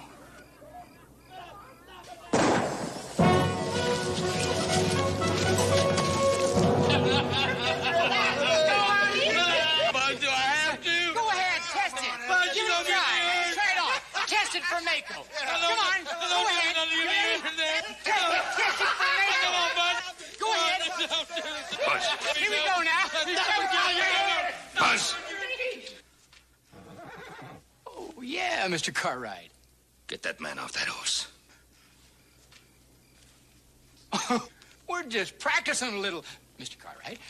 We're getting ready when we catch up with old Cully, right, boys? Buzz, this is not a lynch party. Ben, Cully is wanted for robbery and murder. We may have trouble proving that in the court of law. And if we can't, he's sure gonna kill one or both of us. Easier to hang him, get it over. Sam, that's not what we're here for.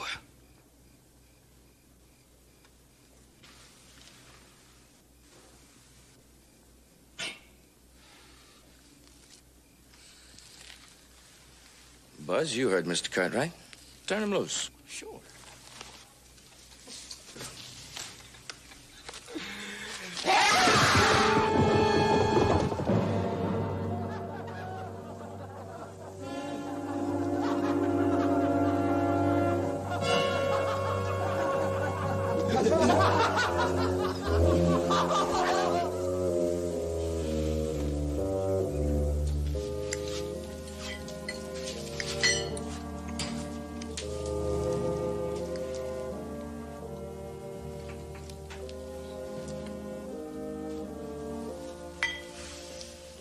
I'll be out at the pub.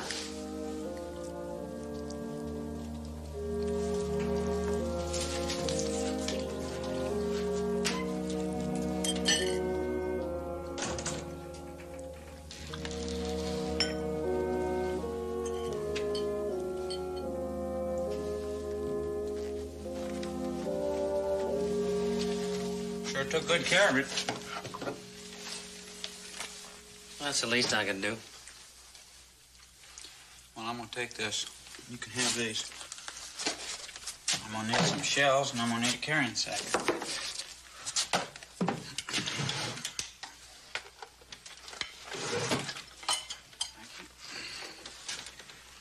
A 6-gun and a rifle.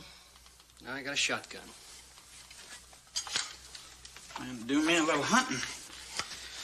If it was just fur you was after, Harriet and me wouldn't mind you staying. Thanks. Shotgun ain't much good except for a rabbit. Or men. Cully.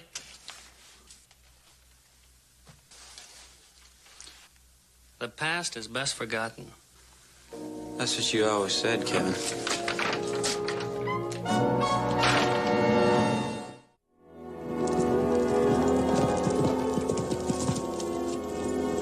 Something the matter, Paul? I was just thinking. Cully Mako's brother testified at his trial. They worked the trap lines together. Now, when a man's on the run, he usually heads for the country he knows best. And the people he knows best. Yeah. His brother's place is just south of the Double Notch, just over the crest.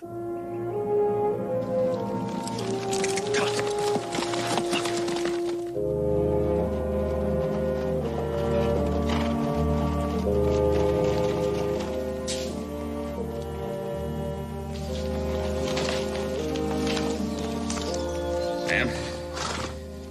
Miss Mako? Yes. Yes, I'm Ben Cartwright. Is your husband around? I'd sure like to talk to him for a minute or two. He's inside the house. You can go in. Thank you, ma'am.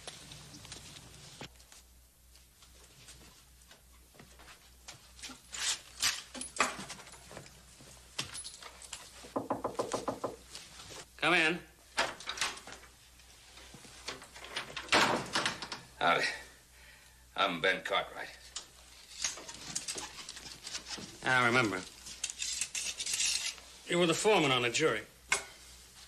Yeah. There's been some trouble in Virginia City, Mr. Mako. In fact, there's been a killing. And the sheriff would like to talk to your brother, ask him a few questions. Has he been around here? Nobody here except me and my wife. I haven't seen Cully since the trial. You're welcome to look around if you like. No, thank you. That won't be necessary. Sorry to trouble you. Excuse me, ma'am. Thank you.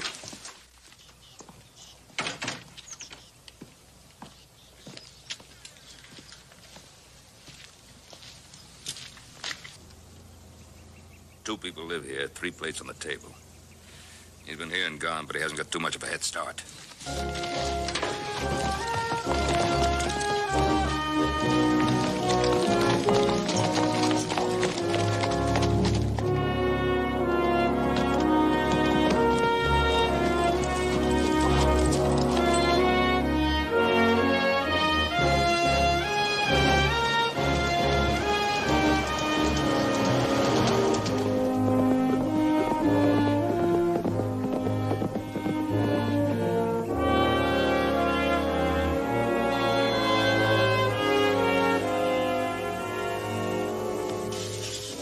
All right, Cartwright.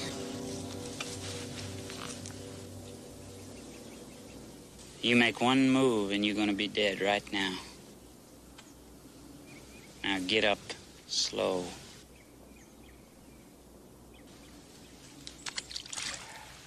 Turn around, face me. Come on. Now take your right hand and undo your belt buckle. Now drop it. Now you owe me, Cartwright. You know that. We'll have another man on that jury, Cully. You were the one that gave the word, though. You was the one that they listened to. You took 5 years of my life, mister. How old are you? I reckon if I was to shoot you down right now and take your life, we'd be just about even. Except maybe me a little bit more. Stop it, Mako.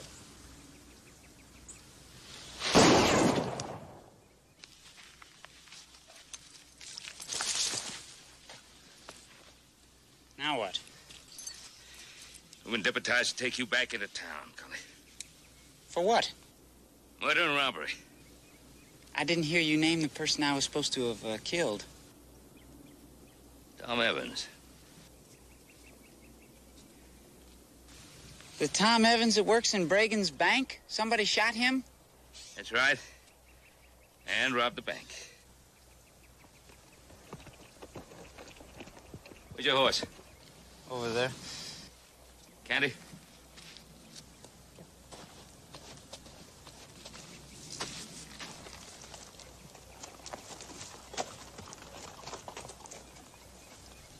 How much money was it I was supposed to stole this time?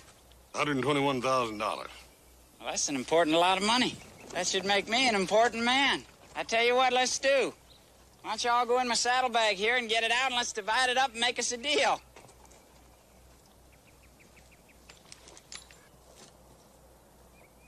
You figuring on waiting around and meeting that posse tonight? Well, I guess we better ride straight into town. Be faster that way anyway. You fellas trying to save time or trouble? Go on, Cully, let's go.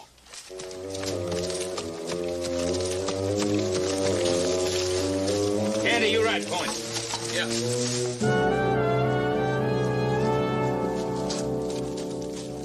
You fellas sure are being mighty careful.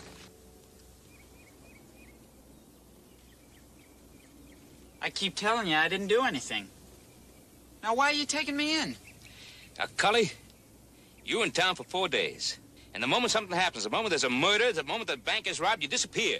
I threatened a man 5 years ago, Sam Bragan, 5 years ago. And then I spent 5 years behind walls, and I changed my mind about pulling the trigger. But he didn't know that. Sam Bragan didn't know that. So I come back to town and figure I'd sweat him a little bit. Walk down the street, look in the window of his bank, make him wonder a little bit, make him sweat. Now, that's mighty small revenge for the 5 years he stole from my life. You keep talking about Sam Bragan stealing 5 years of your life. I stole 5 years of your life. Let me tell you something. Sam Bragan testified under oath in court that you were the fellow in the bank. Look, any man can put his hand on a book and still tell a lie. Not Sam. He built that bank on a handshake. Sure, he's your friend, so he can't tell a lie. Now, come on, he can make one mistake. One mistake. Ain't a man alive hasn't made a mistake. Who pays for yours? I do. And me. And me. Don't you forget that. I spent 5 years of my life paying for his mistake or lie.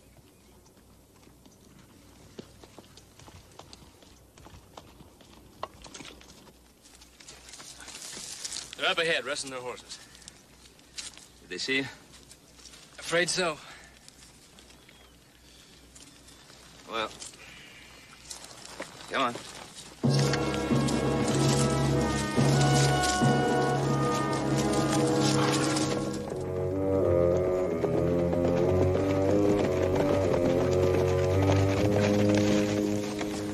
I see you got him. Yeah, that's right, Sam. We'll just take him back to town. Oh, wait a minute. What's the rush? We've got a few questions we want to ask Cully. Yeah. We got a few questions we want to ask him.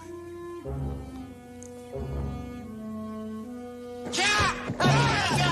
Get away! Hey! Hold your fire! We'll get him! Look at him!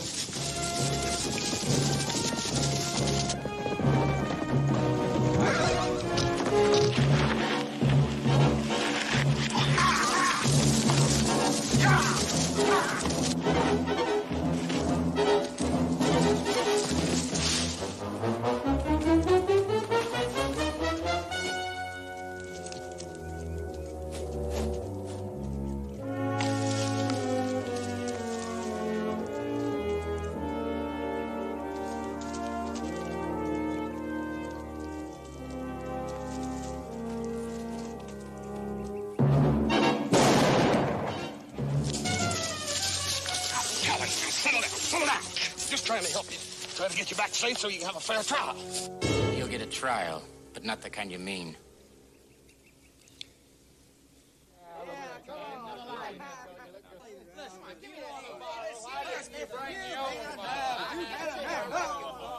What's got into you, Sam? This is not a court. We're not a judge or jury. We're Mako's peers, Ben. Now, listen. We were deputized to do one thing. To find him, arrest him, and bring him into town. No more. I'm sorry, Ben. That's the kind of thinking that got Tom Evans killed. All right, get him up on the horse. Wait a minute. Hold it. What's the matter with you? All of you. Would you all deputize the same as Horse and Candy and me? Would you sworn to uphold the law? We're hanging a guilty man. That's upholding the law, right? Right, get him up there. Who says he's guilty? It's cold-blooded murder. That's all it is, cold-blooded murder. You'll all pay for it. Oh, yeah. Much more than Mako ever did. 10, 15 years in jail. You may even hang for it. Now, don't listen to him. He's just trying to scare you out of it. You bet I'm trying to scare you out of doing something stupid. Bregan, I ain't gonna go to jail for nothing and nobody. I don't care. I'm not going to jail. Now, wait a minute! We took a vote. We said we were going to hang Cully, and that's what we're going to do. Quit the talk and get it done now. Get Cully up there. Get going, All Cully. right, you want to hang him? Fine. Go right ahead. Sam, I think you ought to hear this. Before you hang Cully here, I think you ought to know that there's going to be an awful lot of shooting.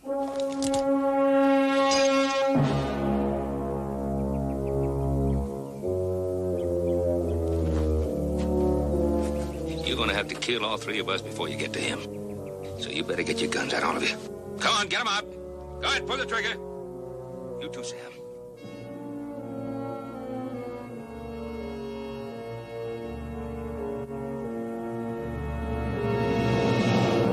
All right.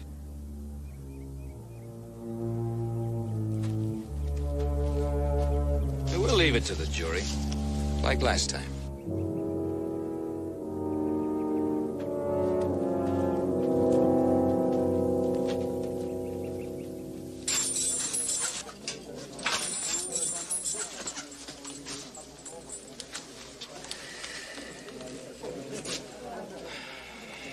Crowd out there's getting bigger and uglier by the second. You just brought in a man accused of murder and bank robbery. Now, what do you expect? I never lost a prisoner yet, and I ain't about to start.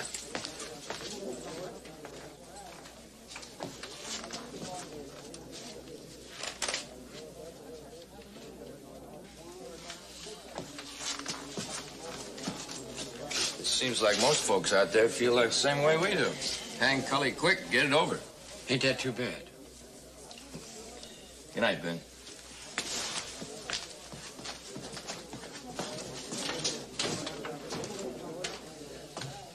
Ben, I'm sending a telegraph to the circuit judge. He'll be here in a day or two. I'm in no hurry.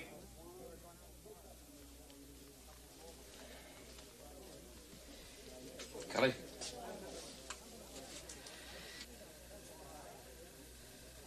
I've decided to have my lawyer defend you. He's in Carson City right now, but he'll be back in plenty of time.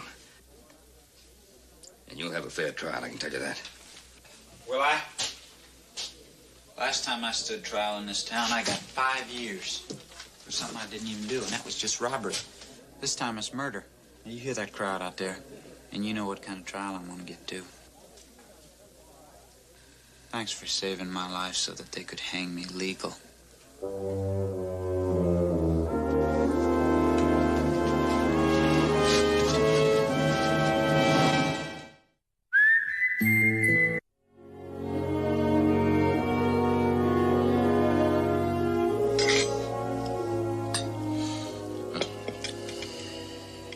Feeling all right, Paul? Yeah, I feel fine. Well, you turned down the ham, the hot cakes, biscuits. That's the second time you sugared your coffee. I figured maybe something was wrong.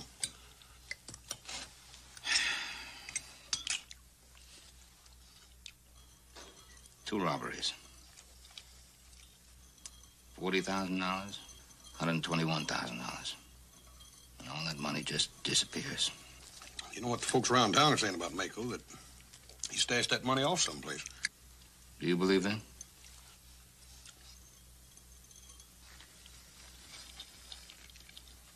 No. Why not? Well, it just don't make sense.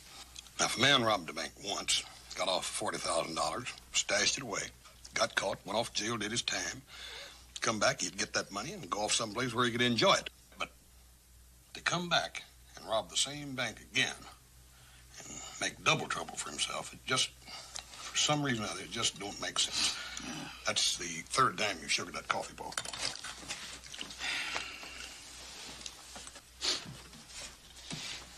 It's not only the missing money that bothers me. That theory about revenge. That doesn't hold water either. Cully Mako had me dead in his sights. He could have pulled the trigger any minute. And he didn't. Well, you know, he hung around in Virginia City for 4 days. That gave him plenty of opportunity to gun down Sam Bragan if he wanted to, didn't it? Yeah, there's another thing. Sam Bragan. Now, why would a decent, law-abiding man like Sam Bragan suddenly turn pure savage? Well, you know, Paul, he and Tom Evans were good friends. I know, but he was so anxious to see Cully hang, lynched, no trial, nothing, just... Yeah. You think Cully's right? About what? About it being impossible for him to get a fair trial here in Virginia City? Well, I wouldn't bet on that, would you?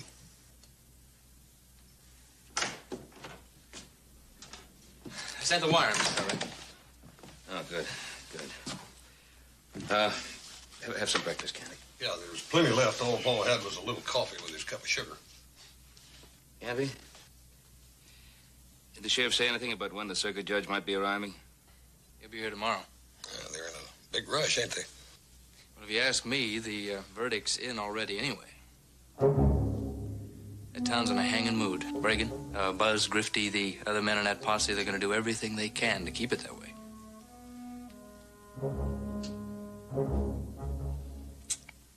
What are we going to do, Paul? Well, right now, I'm going to do this month's bookkeeping.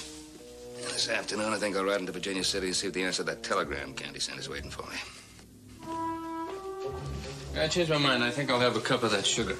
I hope there's some left.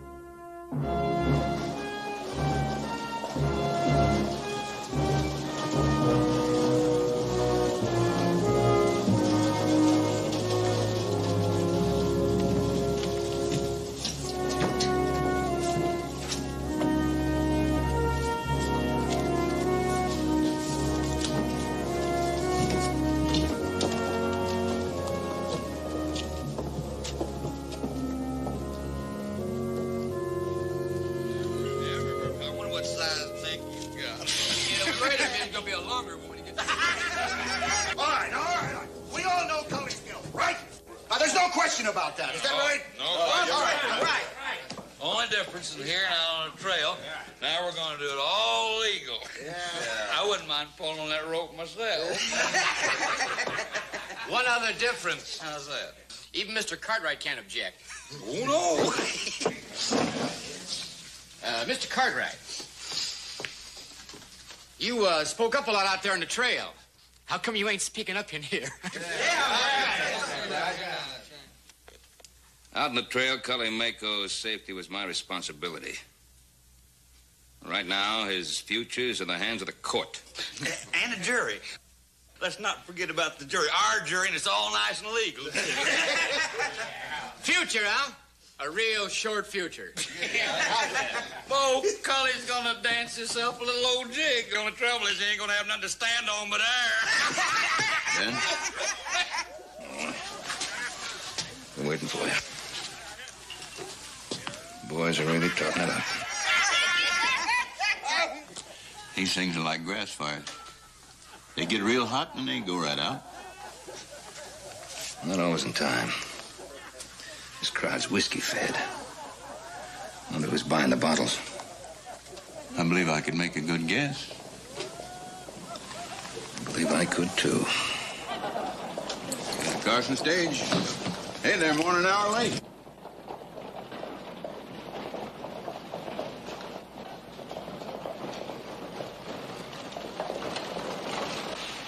Whoa.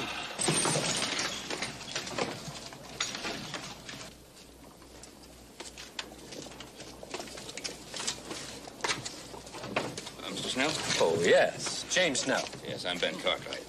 This is Sheriff Coffey. Now, I do. Oh, that's my bad. This way.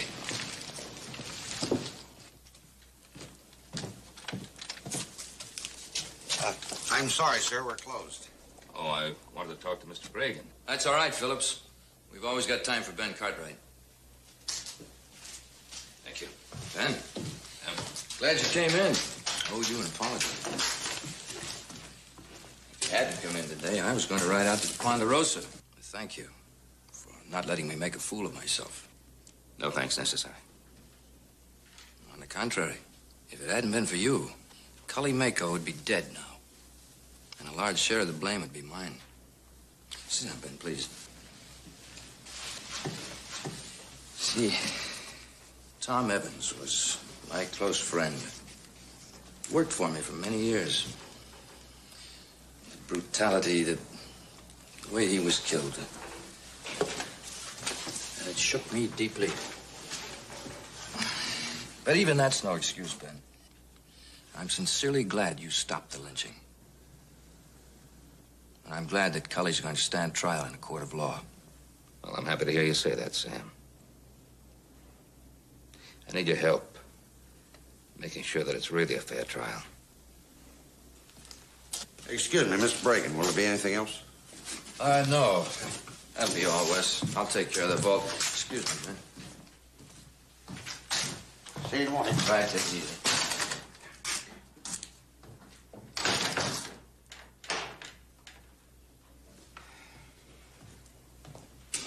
Now,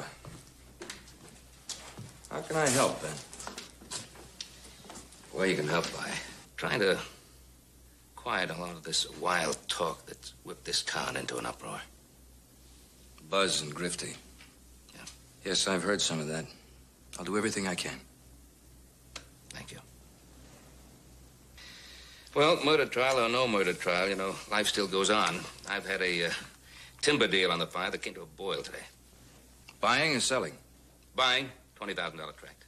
Oh, that's no problem. The Ponderosa account is certainly... Oh, well, I appreciate that, but the point is, the fellow I'm buying it from, well, he's an old gentleman, and he wants to see the cash in his hand, you know. So I made out a check. You just cash that. Oh, sure, I'd be glad to. You just endorse it? Yeah.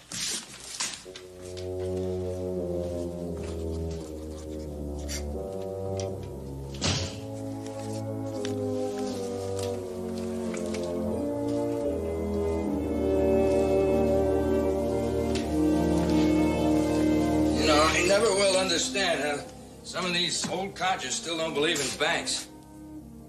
Oh, thought I'd lost you.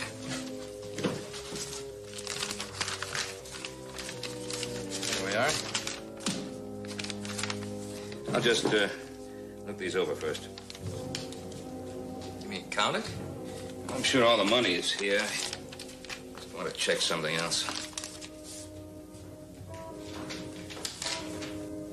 What's that list you have there?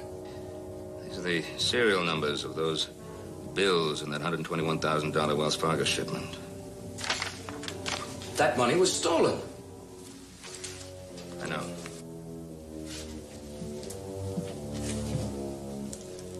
Ben, you can't think that money could be in my vault. Unless you think that I... If it didn't hurt so much to know that you think I could be a thief and a killer, this would be very funny indeed. And those stolen bills were never found. So you think they're in my vault?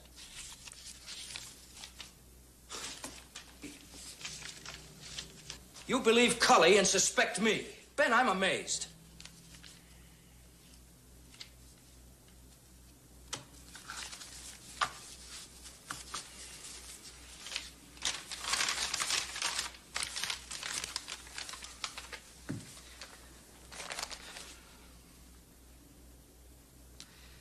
My turn to apologize.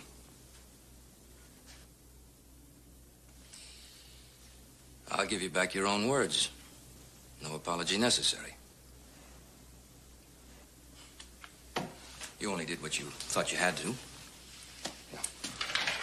No compliment to me, but I understand. At least you waited until after closing hours. I thank you for that.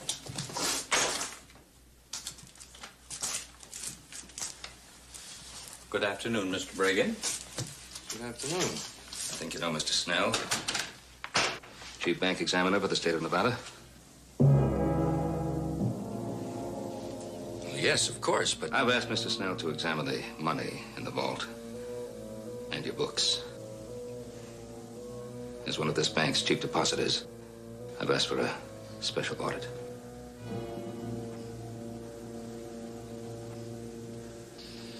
Well, I'll say one thing for you, Ben. When you get hold of an idea, you hang on like a bulldog.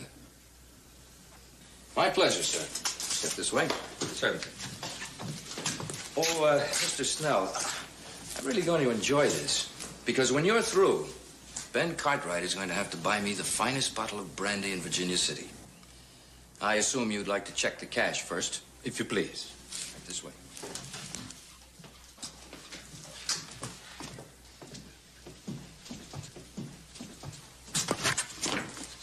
After you, sir.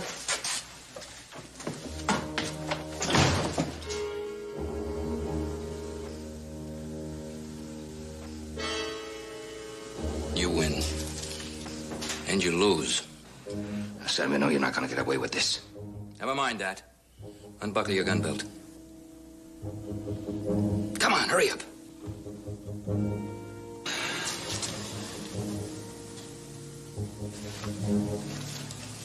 Give it to me right up here.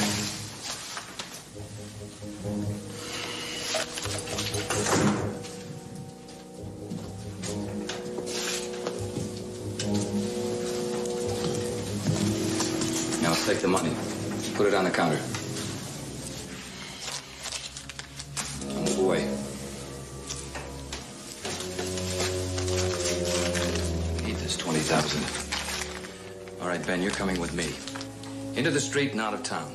And if anybody should ask, we're going to the Ponderosa for dinner and a little chess. Now move. Come on, move. Now lock the door. Now out. Come on, Ben, move. Hold it right there. Close the door.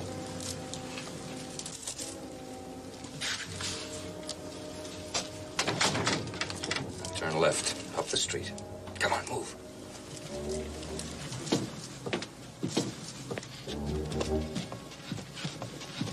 Hold it. Get rid of him. Wait for me inside, Hoss. Inside?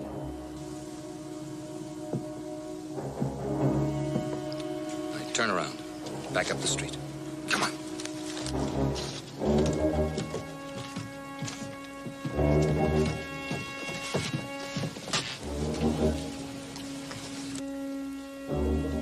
All right. Cross the street. Come on, move.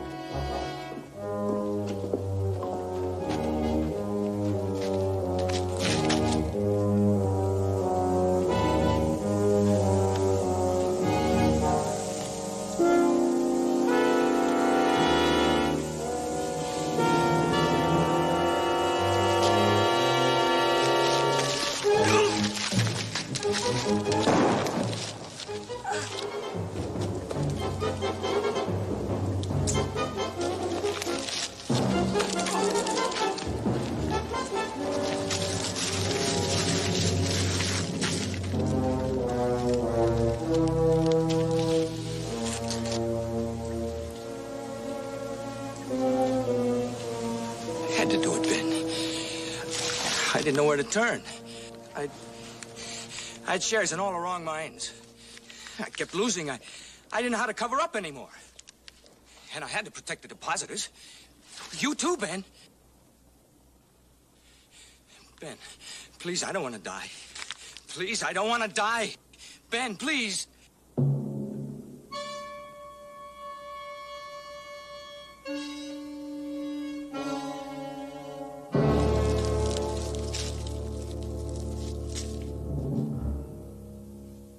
Mako, I've believe the state will be glad to make restitution of some kind for them 5 years, possibly in the form of a cash award. Yes. I'm not without influence in the state capitol, and I shall do whatever I can to help. Well, thank you. Man can always use money. Here's your shotgun. Thank you. And your rifle. Very good. Well, Mr. Cartwright, I'll be seeing you. You believed what Bregan said on the witness stand under oath. I can't fault you for that. You were sure there when I needed you. Would you do me one favor, though? Don't sit on any more juries.